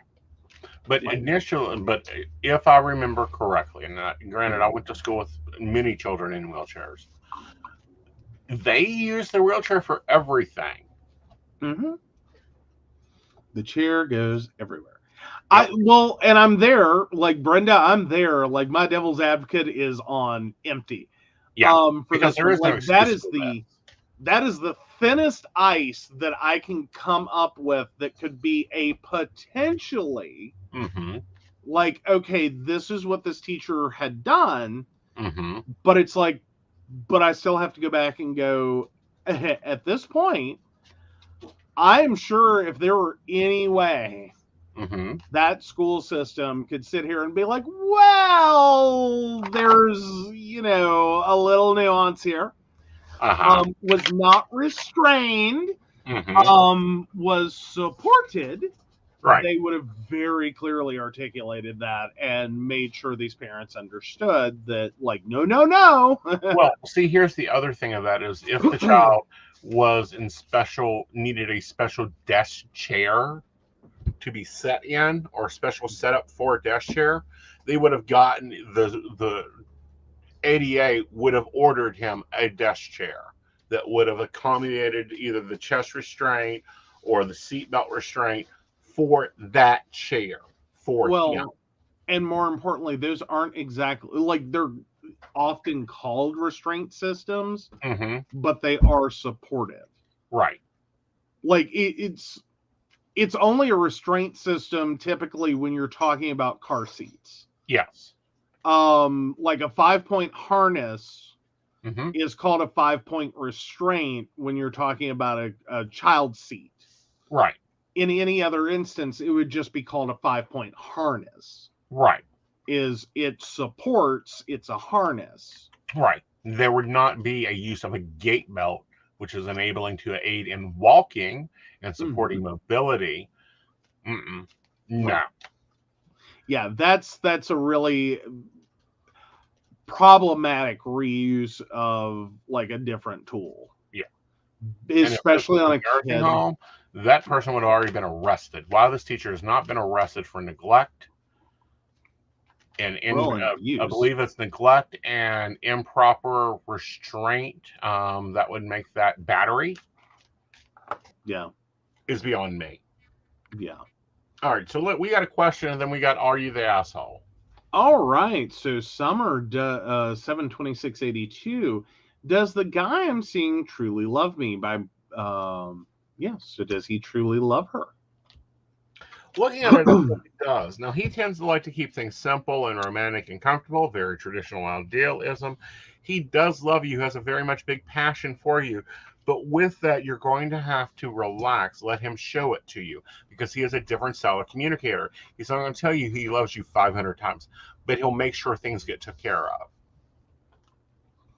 All right. All right. So we got you a techie one, and I'm going to let you take it away. Alrighty. So, am I the asshole for, quote, holding their drone hostage and blackmailing them?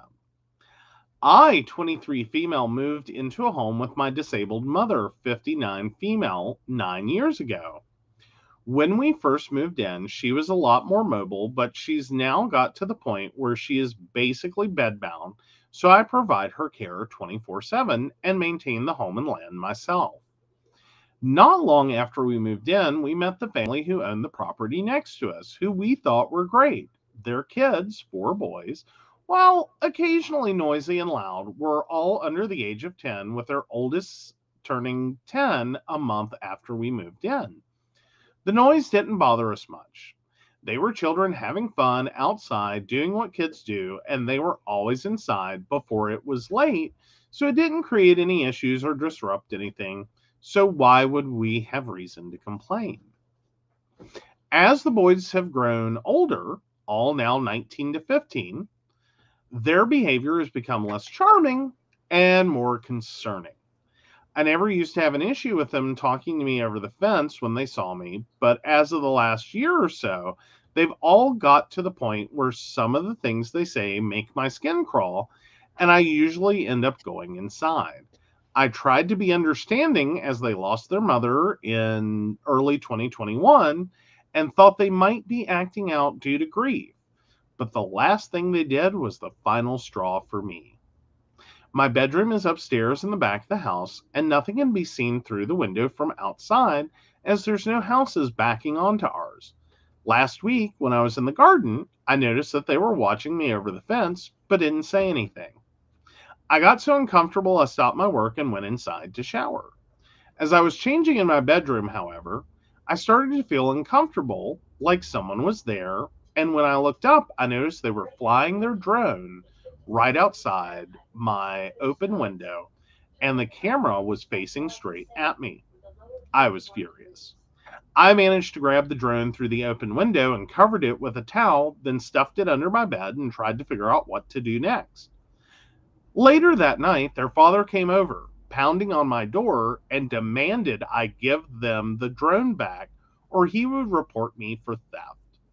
I asked him if he knew why I had taken it from them, to which he explained the exact situation that happened and said that wasn't a good enough reason to take it.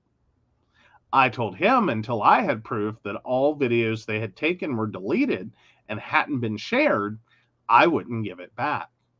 I said to call the cops. I'd tell them exactly what had happened, why I took it, and won't give it back, because my security camera that covers only my garden had caught the whole thing, and we would see who's in more trouble then. He then accused me of theft and blackmail, saying they're only having fun and I'm overreacting / causing an issue. I said I knew the video. I said if I knew the video was gone, I would give it back. But until then, I won't. And if he wants, he can call the cops, but I won't be the only one in trouble. Mm-hmm. It's been days and I'm not backing down, but I've been told I'm an ass. Am I the asshole? Yeah. No. Yeah. No. No. You're actually probably a lot more understanding in this situation, or at least willing to make amends in this situation than you should be. Mm-hmm. Problem one, than you should be. But okay, you're a decent neighbor. You don't want any trouble. Just, hey, you erase and show me you haven't shared the videos, and we'll let bygones be bygones. Don't do that again. Right. Fair enough. Honestly, this dad needs to get his shit together and realize, no. Welcome to the digital age. Welcome to the 21st century, and welcome to every kid has a fucking drone. Right. World that we live in. There's laws Mm-hmm. that go with this. Right. One, your kids trespassed with that drone. They are not allowed to fly that over other people's property. Generally, as a law in various areas, general legal precedent is you are trespassing without owner consent if you fly over someone's property with a drone. Mm-hmm. Don't do it. Right. You really need to familiarize yourself with the legal requirements of operating a drone. It's not as harmless, quote unquote, as you may think it is. Because you can end up in a lot of trouble, and some of that trouble comes from the FAA. Mm-hmm. Who doesn't fuck around. No. The other part of this is they were, I believe, peeping Toms. So therefore, and then revenge porn. She's not the asshole. They are. They are asshole teenagers that need their ass beat and summer work projects done. Well, and I think the part that gets lost in the story is and maybe I'm confused. Okay. Was she 23 when she moved in, or was she 23 now? So basically age 15 or whatever. I would say probably age 15 or whatever. Yeah. Sorry, I'm trying to do quick math. It's 14 or something. Right. So age 23 now. Yeah. So age 23 now. I can kind of there's a lot going on here. Right. She's not she's an older neighbor, but she's similar age neighbor. Right. This isn't just boys will be boys. They, no, sorry, that's crap anyway, but this is not harmless. We were flying a drone and it was an accident. Right. No. They're establishing a pattern, which it looks like they get from their dad, of really objectifying women.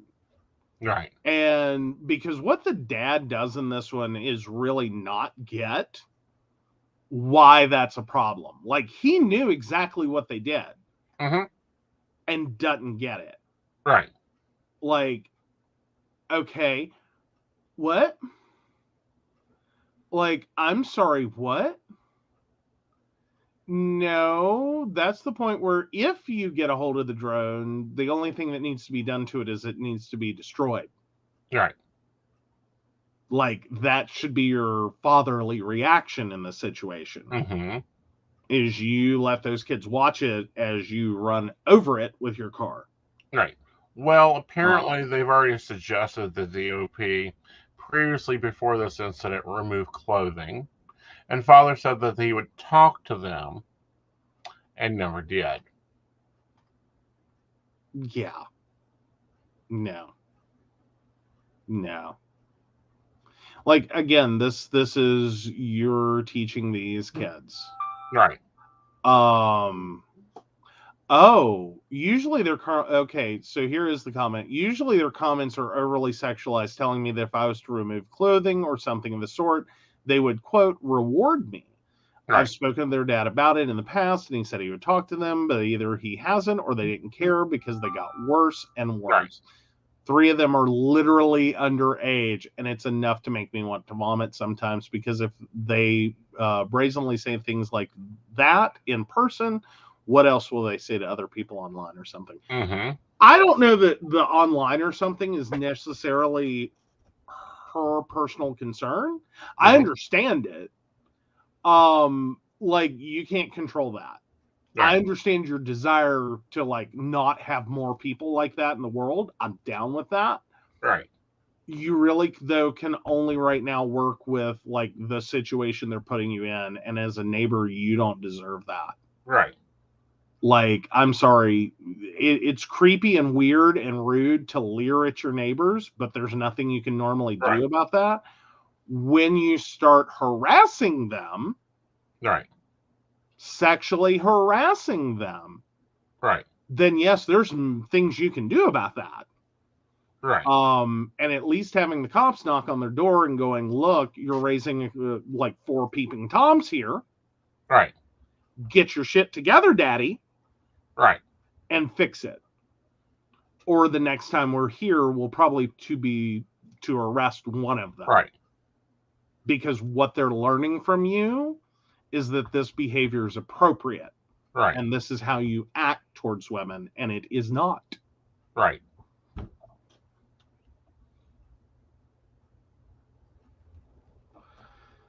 Yeah, like, I'm with Emily. Boys will be boys is when my son snatches all the empty boxes from the kitchen and builds a mech suit for himself. Right. Yes. That's an appropriate version of that. Right. Like, that is like, yeah, should have seen that coming. Yeah. Right. Like, there were empty boxes, and yeah, that's going to be... I could see a mech suit coming out of that. I could see that. A 15-year-old filming a woman coming out of a shower, or worse, taking a whole shower? No. Mm-mm. You failed. Get me this straight, Ed. Let's fix this. Hey, Dottie. Hi, Dottie. All right, so Patty's got a question, and then we're going to go to relationship advice. All righty. Patty, 324.59. Do you see us getting out of debt anytime soon?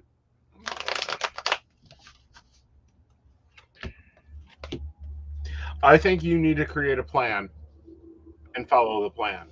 I do feel you getting out of debt, but it's going to take work to get there. I'm going to say it's going to be about 6 months to a year of very well-focused behavior. All right, so on to relationship advice. Title is Ghosted Me. Now he wants sex. There was a guy I met on Tinder about 8 months ago. He is 39 years old, BDSM lifestyler. I'm 25 years old, native girl. We talked for about 2 months until we met. It wasn't my best date, but at the end, I had the best sexual experience of my whole life. Then 4 days later, he ghosted me because he thought I was hating him. Yesterday, he sent me a text that I should come over to his place and play a little. I don't know what should I do, because I know the sex would be awesome, but I'm a sentimental girl. I would be broken if he ghosted me again. Sorry for my bad writing. English is not my first language. Thanks. I get this all the time. This is my advice. If you're not cool with booty calls, then tell him to go jump off. Send him to the shower with his ghostedness. What's your thoughts? I like similar vein, but yeah, I think a lot of people, and we've had this discussion, like we've Mhm. had it on the show, we've had it privately, we've had it in a bunch of different contexts. Some of y'all just get really locked Uh-huh. on like that guy at work, that one date you had, that one person, and like you just really try to make it work. Why? Right. Like that's my thing is like why? Right. Like I'm glad you went on a date and found a great sexual experience. Mm-hmm. That's awesome. You found things you may not have known you were quite into. Right. Is what it sounds like. Right. Obviously though, the person Right. that provided those you're not into. Right. Like that's not your package. Don't confuse that for that's just BDSM or that's just whatever. Do acknowledge and take from that date that like new things you're interested in that you didn't know before. Right. Use that to influence yourself going forward. Mm-hmm. And like find someone that can do that. Uh-huh. While also finding someone that is capable of being there for you emotionally, that wants a relationship, that can not be a jackass outside of the bedroom. Right. Like those two things are not mutually exclusive. You can find both. Right. They exist in someone, maybe multiple someones for you. Right. And that's the other thing we get into a lot in conversation is this belief there's only one. Like, no. Right. Like, no. Like, you're not potentially going to be single for the rest of your life because your soulmate got hit by a bus 10 years ago. Like, it didn't happen. Right. Like, you're cool. It'll be cool. Like, it'll be cool. Oh, and you're getting some accolades here. Oh, I am. Yes. So apparently your reading last week was spot on. The meeting at work went great, and the new pay level starts this week. Yay. Awesome. So glad that that advice was helpful for you and spot on and awesome. Feel free to leave him feedback in a review. Yes, and you can do that in a few different places. Google, Facebook, all of them are lovely. Awesome. Yeah, sex doesn't equal love. No, exactly, Brenda. Like, and you can have them, and can we just please, if we're going to, somewhere along the way, can we please, when we teach sexual health education, just start with that? Right. Sex, love. Right. It's nice when they coexist. Right. They don't have to. Mm-mm. Like, sex is for pleasure. Mm-hmm. Love is for life. Yes. Like, this is how you care and nurture a human being. Mm-hmm. Love. Sex is how you get off. It's great when they come together, unintended. They don't have to. Right. They can be mutually exclusive ideals. And they can be, and a person experiencing those independently is not damaged, is not, having, in an inferior life experience. That there are people that are perfectly happy with just one of those two. Most commonly look for both. Doesn't always work out. Isn't always a great plan. Sorry, don't know what to tell you other than get with the program. Exactly. Like, there's a whole world of experience. You are not a damaged human being for, wanting both, wanting one, not the other, wanting the other, but not the one. Exactly. And furthermore, there is to realize that when you get into an experience where it's a possible booty call, then decide where your line is on that booty call. Is it something you want to do? Is it something that's like, nah, it ain't Tuesday. I only do booty calls on Tuesday. Have a great day. Yeah. Well, and also understand there's flexibility Like, that's another thing that I really wish people got right about this concept is, like, there's, like, we make fun of booty calls. We make fun of a lot of things as a society. No. Sorry, don't get it. Like, hi, do we have to go through the Maslow, like, hierarchy of needs? Hierarchy of needs, thank you. Do we have to go through that and explain this? That, like, sometimes your life's great, but you need to get off. Booty calls work for that, if they work for the people involved in them. And you make them work for you. Right. That's the last part of it, is like, and you make it work for you. Right. In terms of, like, you're open and honest. You're safe. You, to yourself. Most importantly, to yourself. About what you're looking for, what you're needing, what you're getting, and where your limits are. And, like, what you want out of it and what you don't. Yep. And work at to meet your needs. Right. Like, it's not the 1950s. You do not have to be a sexually repressed housewife anymore. Like, burn your bras. What all did you miss? Yeah. Like, it's not the deal. Right. Yeah, unfortunately, there's a bunch of people call you, like, names. Yeah. Guess what? Get over it. There are people that call people names every day. Sticks and stones will break. It sucks. Names will never hurt me. Yeah, it sucks. People shouldn't do that. They're gonna. Right. Some of them may be your friends. Find new friends. Right. Like, your friends are supposed to support and encourage you. Right. As long as you're not harming someone else. Right. Who are you harming? Who are you harming? Right. Then you need new friends. Right.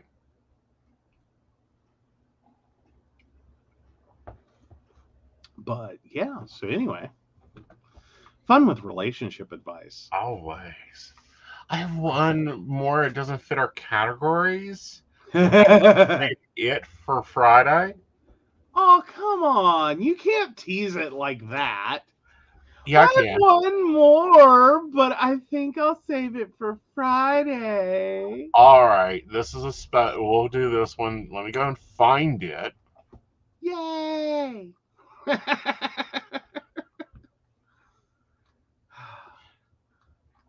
Twist, twist, twist. Come on. What we got?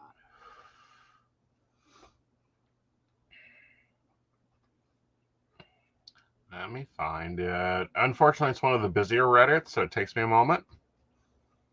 Yes, Brenda. I am a brat. Yes, he is a brat in every sense of the word. Like, come on. This is why I also say things like, if I'm your guardian angel, you're in trouble.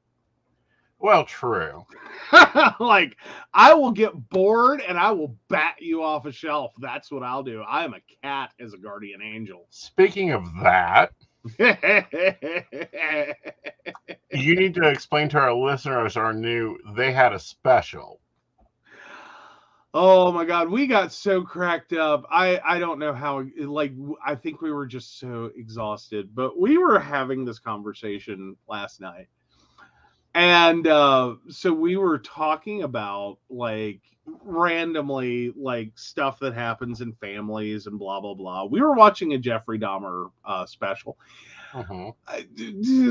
Not really central to the story, but kind of the mood.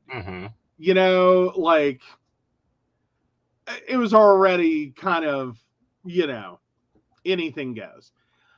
And so anyway, we got on this topic of, like, the fact that, like, in 1984, Right. There were like a ton of deaths in my family. And like, I just kind of flippantly said, and then after that, apparently that funeral home never ran a special again on pre-need arrangements. Mm-hmm. And we like to have died. Because your immediate response was they had a special. I know it. They had a special. That's from Jeannie Robertson. For those of you who aren't fans, you should be. She is eternally hilarious. Mm-hmm. We are still sad about her passing, but her humor lives on, and we do love that. But yeah, it was just, one of those moments, because it was just like, there were just so many deaths that year in my family tree. Like, you just see 84, 84, 84, 84, 84 over and over again. Mm-hmm. Like, I was apparently like a homicidal toddler is what it would work out to. Or a funeral home had a special on pre-need arrangements, and like they bought it in January and then they bought it in February. All right. So let's do this one, and then I'm going to take Dottie's question. They were dying to get the bargain. Brenda. Yep. They were dying. And then I'm going to do Dottie's question, and then that'll be the end of the night, guys. All righty. It's in your private chat. Oh, I've got to read it. Okay. Yes. I can't read it with a straight face. Oh, I have to get that I'm 18 and over? Uh-huh. Oh, my God. All right. And I've got to click to see not safe for work. Okay, guys. My boss asked me to consider doing him favors to advance my position. After a meeting my boss and I had yesterday, I'm now literally so confused. Basically, my boss wanted to speak with me. And the thing is, I kind of felt this coming because for a longer period of time, he has made comments that seem to hint at things. He has complimented me, but not as much so of the work I'm doing as the person I am. And after the compliment, his eyes would linger. And at first I was like, oh, he probably just wants me to really feel that he means it. Until I noticed he never does that to anyone else. And I even asked a friend who works for him too, and he has never experienced it. Anyway, so the meeting. He called me in and said he wanted to have a chat about me and the company. After telling me he likes the way I've performed so far, he says he almost would instantly like to give me a promotion, plus better pay. But there's something that just needs a little push. At first, I thought he just wanted me to work for it just a little bit harder or have that one achievement which would make him promote me. But then he started talking about himself and specifically about how stressed he's been lately. And my first instinct was, of course, to let him know that I understood that and that it is normal given the position he's in. Then he tells me about how important it is to feel relaxed, even at the workplace, and that it is possible that I can be of assistance with that. And he ends it with that. Me offering a favor would greatly increase the chances of advancing. Then he literally sits down, leans on his desk, and only slightly, but not too obviously, spreads his legs a little and keeps eye contact. It does look normal, but considering what he just said, it feels weird. Mind you, his blinds were already down when we entered his office, and they almost never are.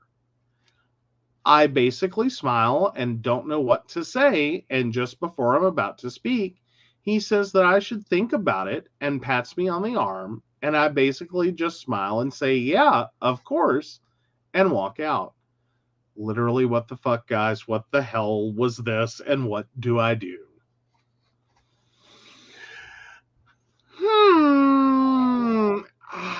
I see her problem. Yes. There's I don't think she's wrong. I do not think she's wrong about what he wants and how he wants it. And no. I also see that he has walked that line just so tightly. Right. That if she were to complain, it's gonna be difficult. That it's right there, but you don't have a like, bam, this is the moment. That it moved from like, this was a weird conversation and like, you know, slap on the wrist. Right. You need to do things differently. Right. Because your employees are getting this, you know, feeling. Right. Which would be probably about all he's going to get right now. Right. Versus like that one more word. One more, like this guy, like one, I'm going to say there's a bunch of people that have already been sexually harassed and, you know, potentially had sex with this boss and a lot of complaints. So, I mean, he seems really coached. Yeah. Like, it's really, like, right there. Yeah. See, I expect this out of the 80s. My suggestion is to get a 38. Preferably snub nose. Oh, guns in the workplace. No. Hey, I'm quite sure that you would get the promotion quite quickly if the rooster told the other rooster that he'll make him a hen. There is baloney bullshit. And what's worse, and you know, we've kind of talked about this a little bit tonight with the Johnny Depp case, and you know, now this topic that I was going to say for Friday, but go ahead and we'll talk about it tonight. Men get told that they don't get sexual harassment. Oh, it's not sexual harassment, it's flirting. You know, you two have a thing always. Bullshit. Yeah. Yeah. I mean, I think there's a certain amount of like normal flirtatiousness that occurs frequently in offices. I'm not going to say every employee, every office, everywhere, all the time. Right. I'm sorry, but can we just go back to the point that unattractive to your potential employer people don't get hired? Right. Like, this is a known issue. That we have in employment is sexy people get jobs faster. Right. If your boss can see him or herself or their self fucking you, right, you are more likely to get employed. Right. Even if nothing ever comes out of that. Right.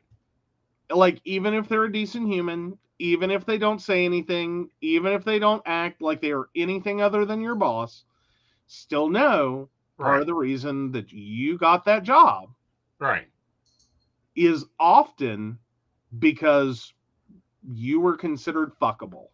Right.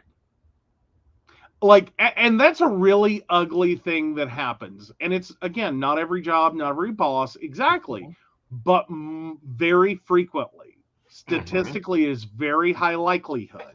Right. The reason you got the job had less to do with your resume skills and qualifications and more about whether the company, the people that interviewed you thought you were fuckable.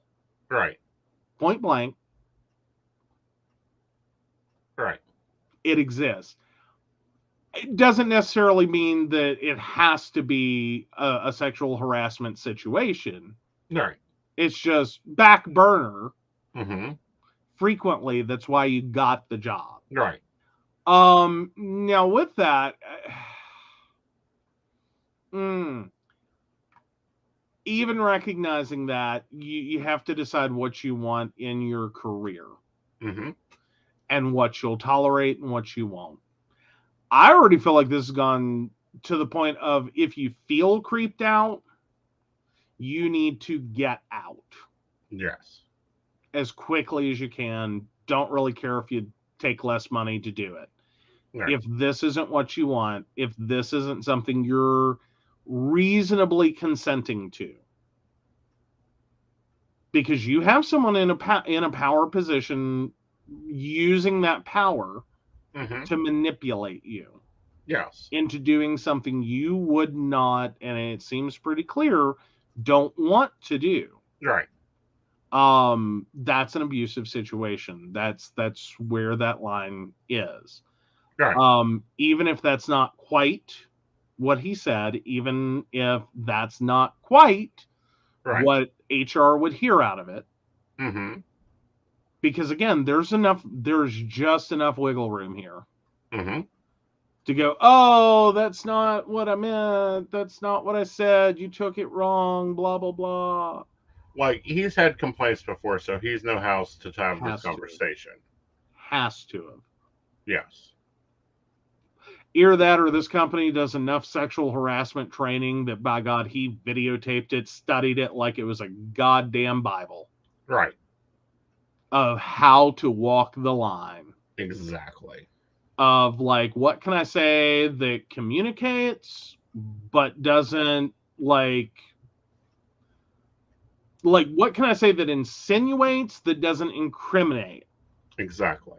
Like, because he's right there. Right there. Like, yeah, no, get out.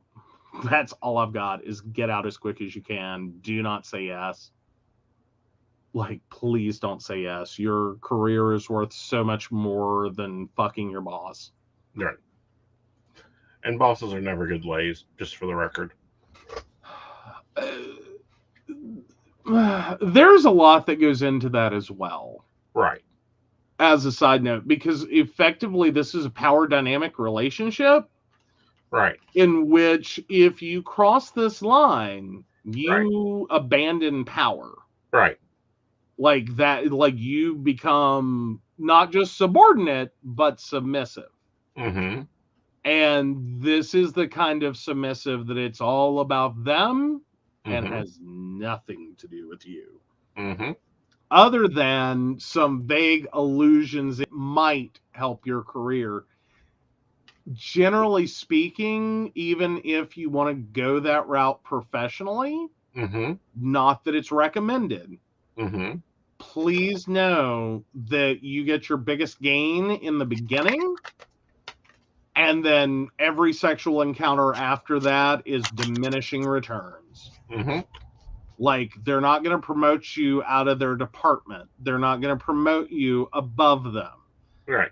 They're actually going to very strongly keep you within their purview. Right. So you're only going so far. Right. One commenter says, buy him a back massager for his chair and smile when you give it to him and saying, this should help you relax. Another commenter says, in today's day and age, this would be enough to fire a person at his old job. For some workplaces, yes. I'm going worst case scenario is, like, if you have an HR department that is kind of like, we just don't want a lawsuit, they would consider this wiggle. Right. Like, I mean, I'm not saying at any point that this person shouldn't be fired for what they've done. Right. Oh, I'm 100% there. There's still a lot of companies that are like, we just don't want the lawsuit. That's all. Right. And the only thing they care about sexual harassment is just don't sue us. Right. Like, they are perfectly fine with employees doing it. Just don't sue us. Right. And I think it's baloney. I think that we should have already moved past this in the 80s. I mean, I'm not saying it hasn't gotten better. I mean, at least he knows enough that what he's doing is wrong, that he's trying to insinuate without incriminating. Mm-hmm. I like on a marginal level, you can call that, you know, a of like improvement. Okay. I mean, it's less blatant. True. It's less the like 1980s slap you on the ass, call you cupcake, and tell you to blow me. Mm-hmm. It's less like in your Right. well, not necessarily in your face given the end of the story, but Right. it's less blatant, obvious, like slap the pervert and get the fuck out of there. Right. Is that a marginal improvement? Yeah, but is it the same shit, different like suit? Yeah. Right. Like it's all the same game. Right. It's just new rules, looks a little cleaner, isn't quite so abrasive. But still scummy. Still scummy. The whole setup's scummy. Right. That, like, if you're like, how much easier would the world be if we could just all get hired while we're both blindfolded? Mm-hmm. You know what I mean? Like, you have no clue. You don't know who you're hiring. You have no clue. No idea. Who meets the qualifications? Who has the ability to do the job? Right. Who's going to make the company money? Who's, you know, hire that. Right. Whomever, whatever, however they identify, gender, race, whatever, hire that person. Mm-hmm. Not just like the stupid idea of an in-person interview, which is basically to off a site figure out someone's age, race, gender, Mm-hmm. fuckability, and, you know, try to get a handle on their personality. Right. That's, I mean, the only one of those that's slightly valid is personality. Right. And that's still used wrong. Right. Like, that's all I've ever seen an in-person interview as. I would agree. It's also sometimes normally, and I've been reading one of our authors that came on's book again, and she doesn't look at resumes. She doesn't look at her interview. She looks at a score on a test. Oh, but which test? The Hansberg exam. Okay, is that that sounds familiar as that workplace personality testing? Oh, see, sometimes those exactly I have an issue with. Mm-hmm. Not because they'll do exactly what a company wants them to do. Right. Like, now that does require a company to be real blatantly honest. Right. About who is the best candidate for this job. Right. You'd be surprised the number of jobs that love sociopaths. Mm-hmm. Oh, love them. Like that's the score they're looking for, is a high score in sociopathy. They feel that they can rule themselves. Mm-hmm. Like their employee handbook can be set up to cover everything. Right. And just hire the person who is going to ruthlessly make as much money as humanly possible for themselves and just benefit the company as a side effect. Right. Companies make that choice a lot. It's not a good one. Right. And it kind of shows itself when that's the last person you want to hire for like IT. Right. Don't ever hire that person for IT. I will tell you right now, they will lock your shit and walk away and blackmail you for the passwords. Right. It's happened to a lot of people in a lot of companies. Sociopathy and IT, bad combo. Right. Great for sales and marketing, bad. Well, can be if all you care about is money. Right. That's where I have problems with those tests. Right. But again, that's the only legitimate version of an in-person interview or doing the testing. Right. Is figuring out someone's personality. Like, do you jive with this? Are you the kind of person we need? Are you going to cry every 5 minutes when someone screams at you? Because that's all we have all day long.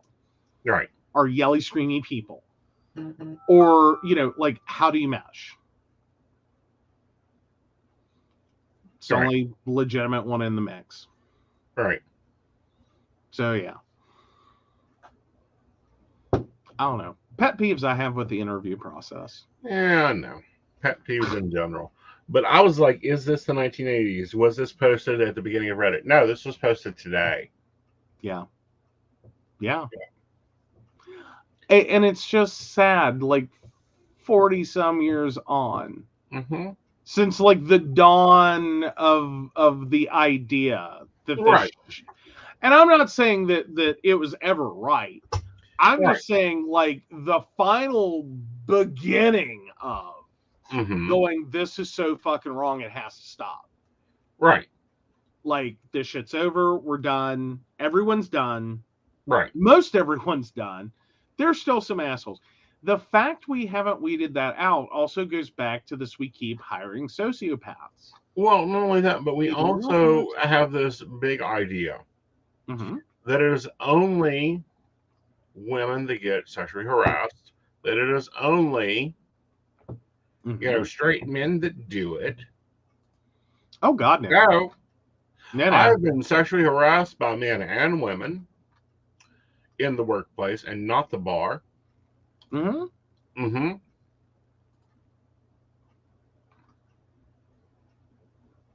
think it's one point in which I'm so oblivious.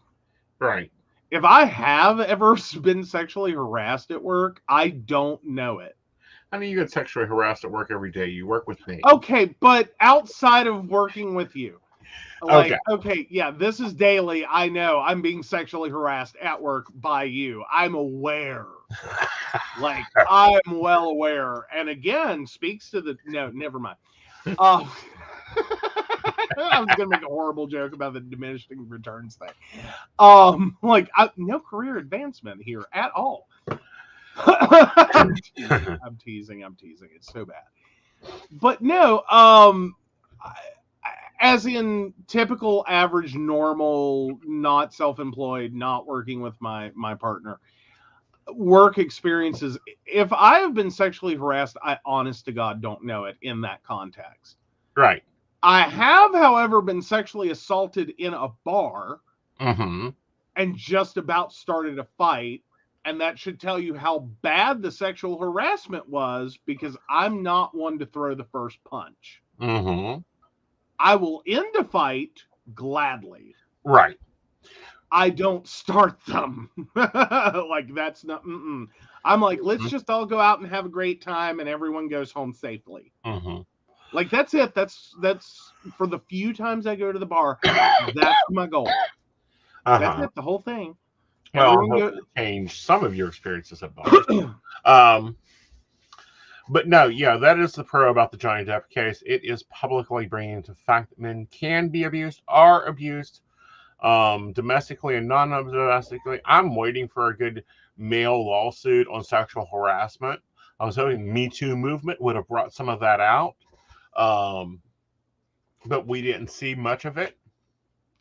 I think we're starting to. I think we have the biggest stumbling block is much like I just said, like, if I've been sexually harassed, I don't know it. I think there's a lot of people that, in much the same way that it took a while for there to be this, like, you go to, like, you've been employed, you've worked for years, you've gotten used to being slapped on the ass and called honey and, treated like a submissive and breedable for so long that, like, that's just the world you live in. And to have that dawning realization that, one, the reason that it felt wrong when it started was because it is wrong, and there's other people that also think this is wrong and it shouldn't happen. That takes a moment to sink in. With like, this is your world, this is what you've been through, this is what you dealt with, this is life, this is Tuesday. This is Tuesday. To get comfortable with the idea that it never should have been Tuesday. Right. It should have been a horrible situation which you were justified in slapping the motherfucking piss out of someone and telling them to fuck off. Right. And, or the, slapping on the MTA. If I had a nickel for every time I rode the MTA, and I'm not talking about the train system, I'd be a rich man. But the walking up and massaging the shoulders and drifting a little farther than you should go.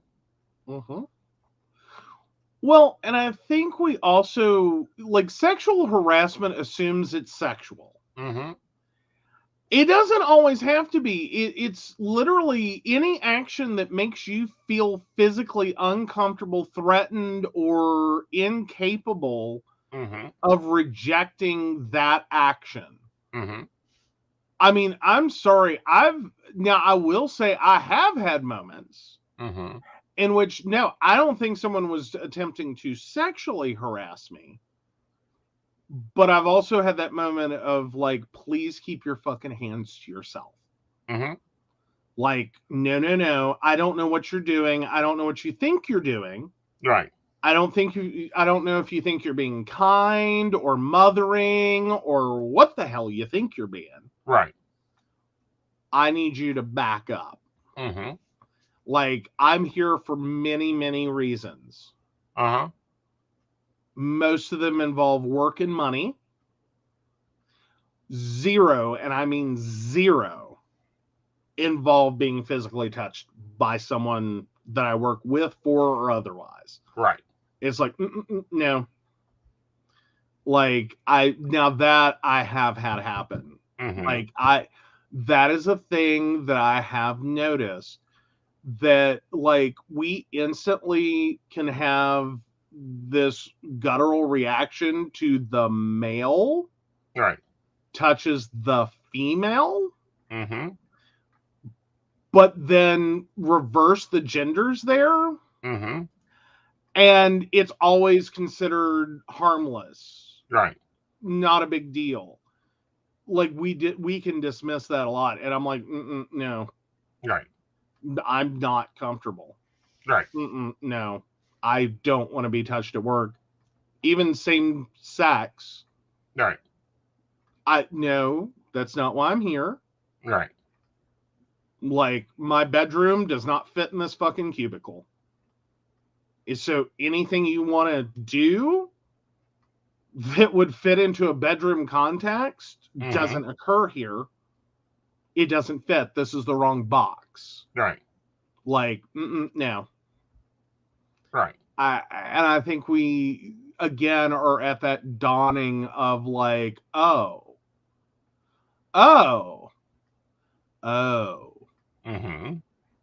You know what I mean? I know what you mean. Oh, so here we go. My 6'7" male cousin was abused by his wife. Looking at his size, people would just laugh and not believe him. So this cousin was a social worker, was automatically assumed that he was guilty before the trial even started. Yeah. Okay, I'm not sure which. It's two separate comments. Okay, my social worker cousin automatically assumed he was guilty before the trial even started. Okay, and that's talking about the Johnny Depp situation. Yeah, that's another part of this, is that we are really, and I struggle with this one. If you've been sexually assaulted or raped, I want someone to believe you.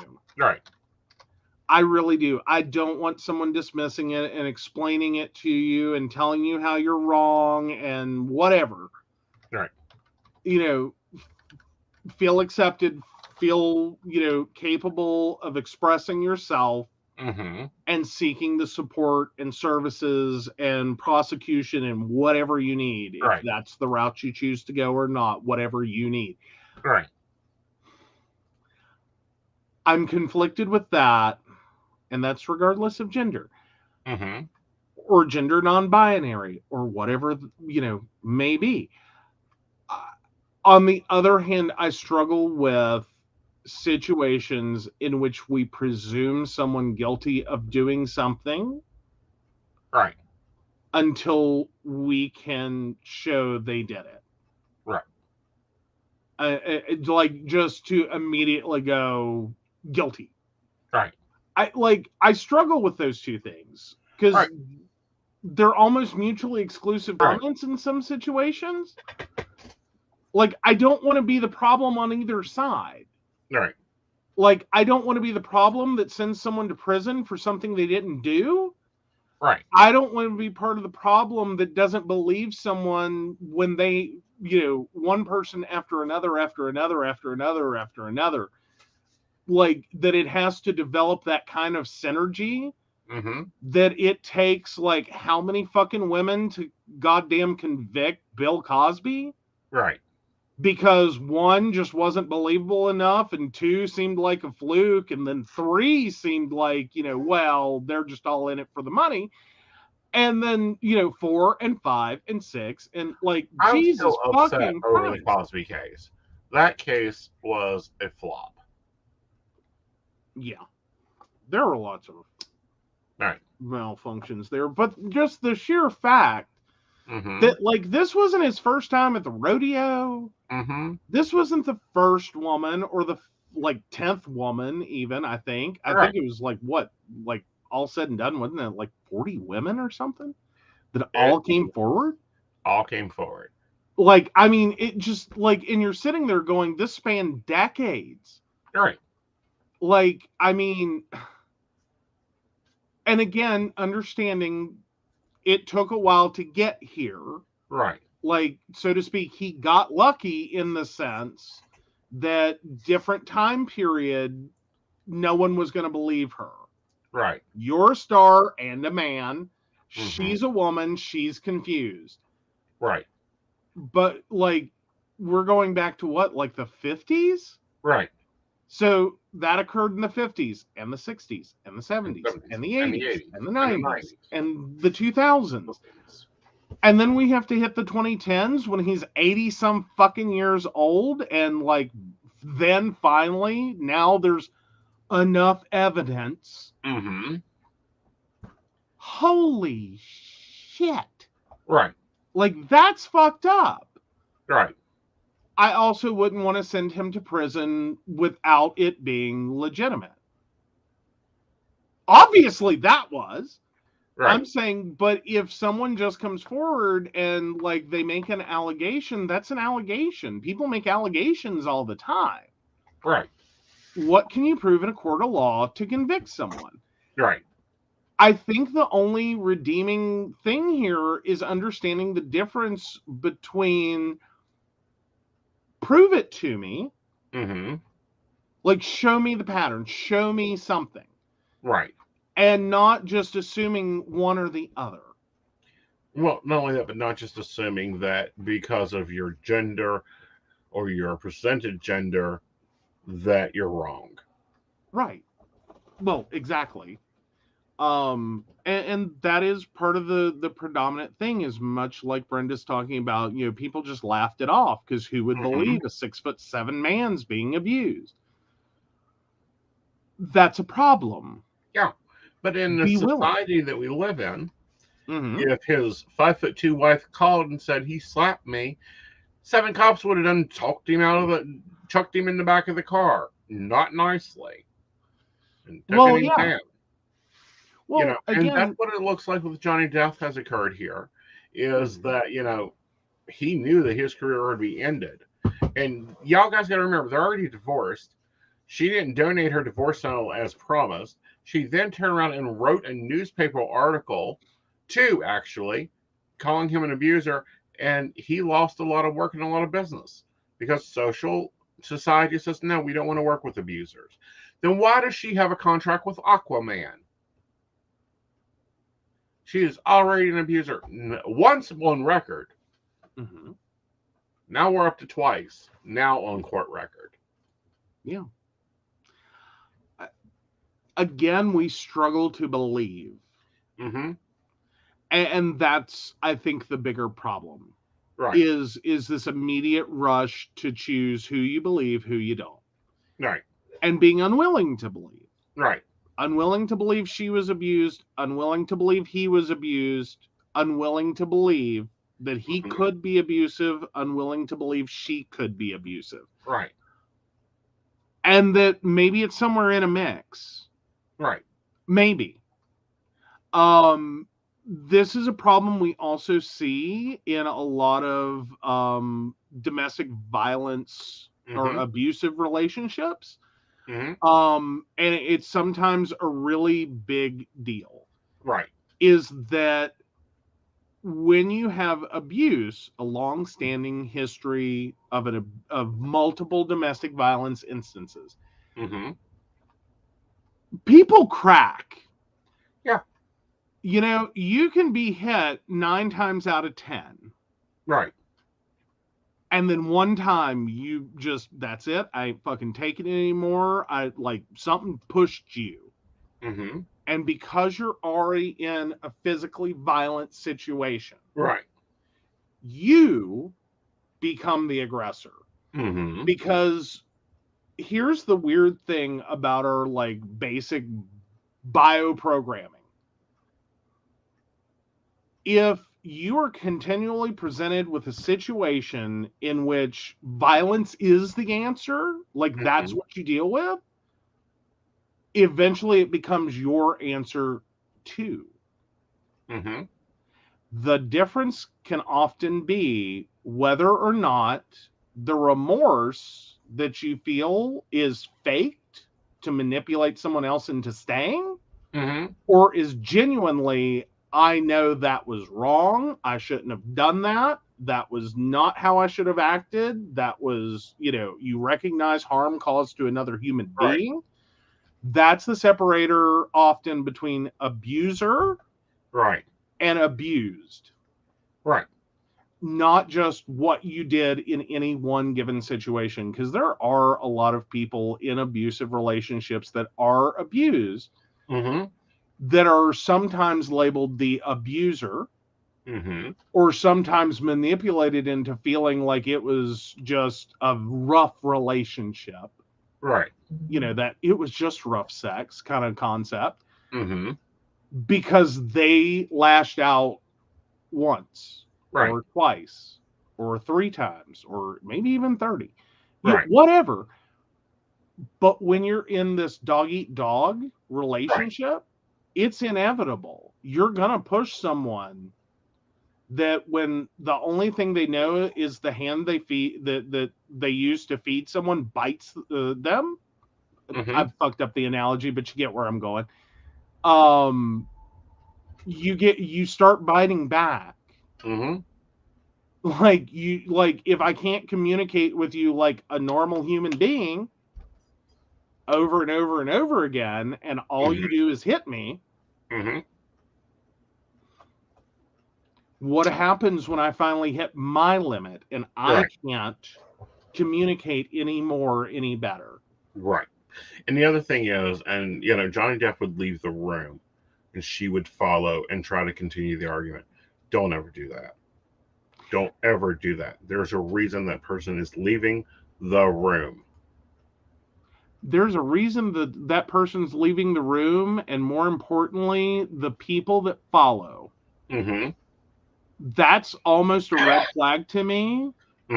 Well, it is a red flag to me. If you can't accept that someone's best option in a situation is to walk the fuck away, I'm sorry. You have decided, as unpopular as the opinion may be, you have decided that you want to continue to escalate this situation and provoke someone. At the point in which someone walks away, they have said physically, No, I'm done. I can't do anymore. Right. I'm out. Right. You let that. You have to, as a human being, let that happen. Right. And there are times that you need to walk away to collect your thoughts, to collect your ideas, because you will keep bombing each other. Mm-hmm. Like fucking NASA dropping nuclear weapons. Well, and for a lot of people, mm-hmm. typically one would have said for a lot of men, walking away, but it should be true for women and any gender. Mm-hmm. When you're walking away, it's because you only have one last defense. Right. Which is physical. Mm-hmm. To somehow remove this problem. Right. This situation, this anger, this screaming, this feeling of being trapped and cornered and forced and manipulated and whatever you're feeling, it's often hard to identify.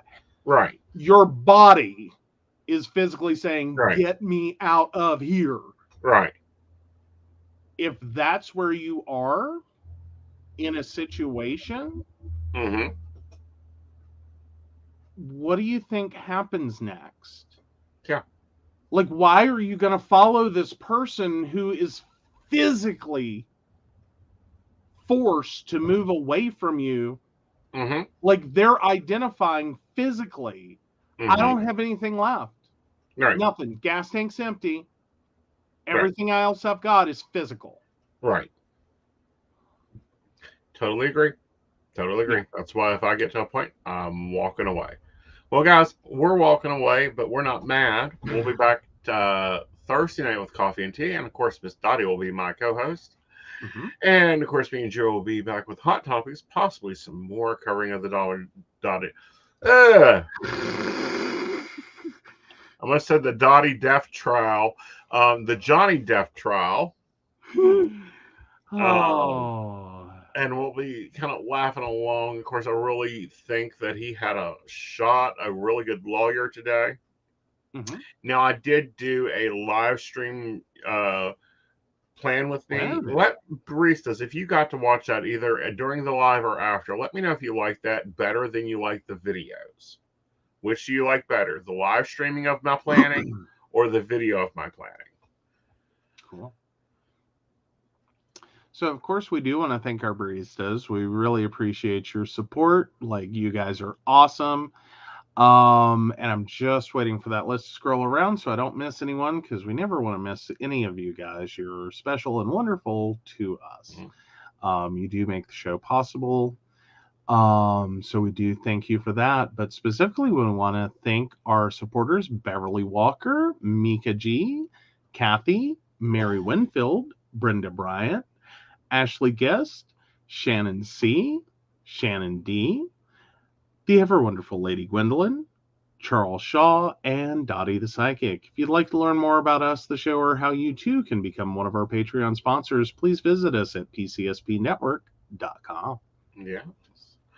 And you guys be safe. Be kind to each other. Don't destroy anything unless it's necessary. And, take care of each other. Absolutely. All right. See you Thursday. Night.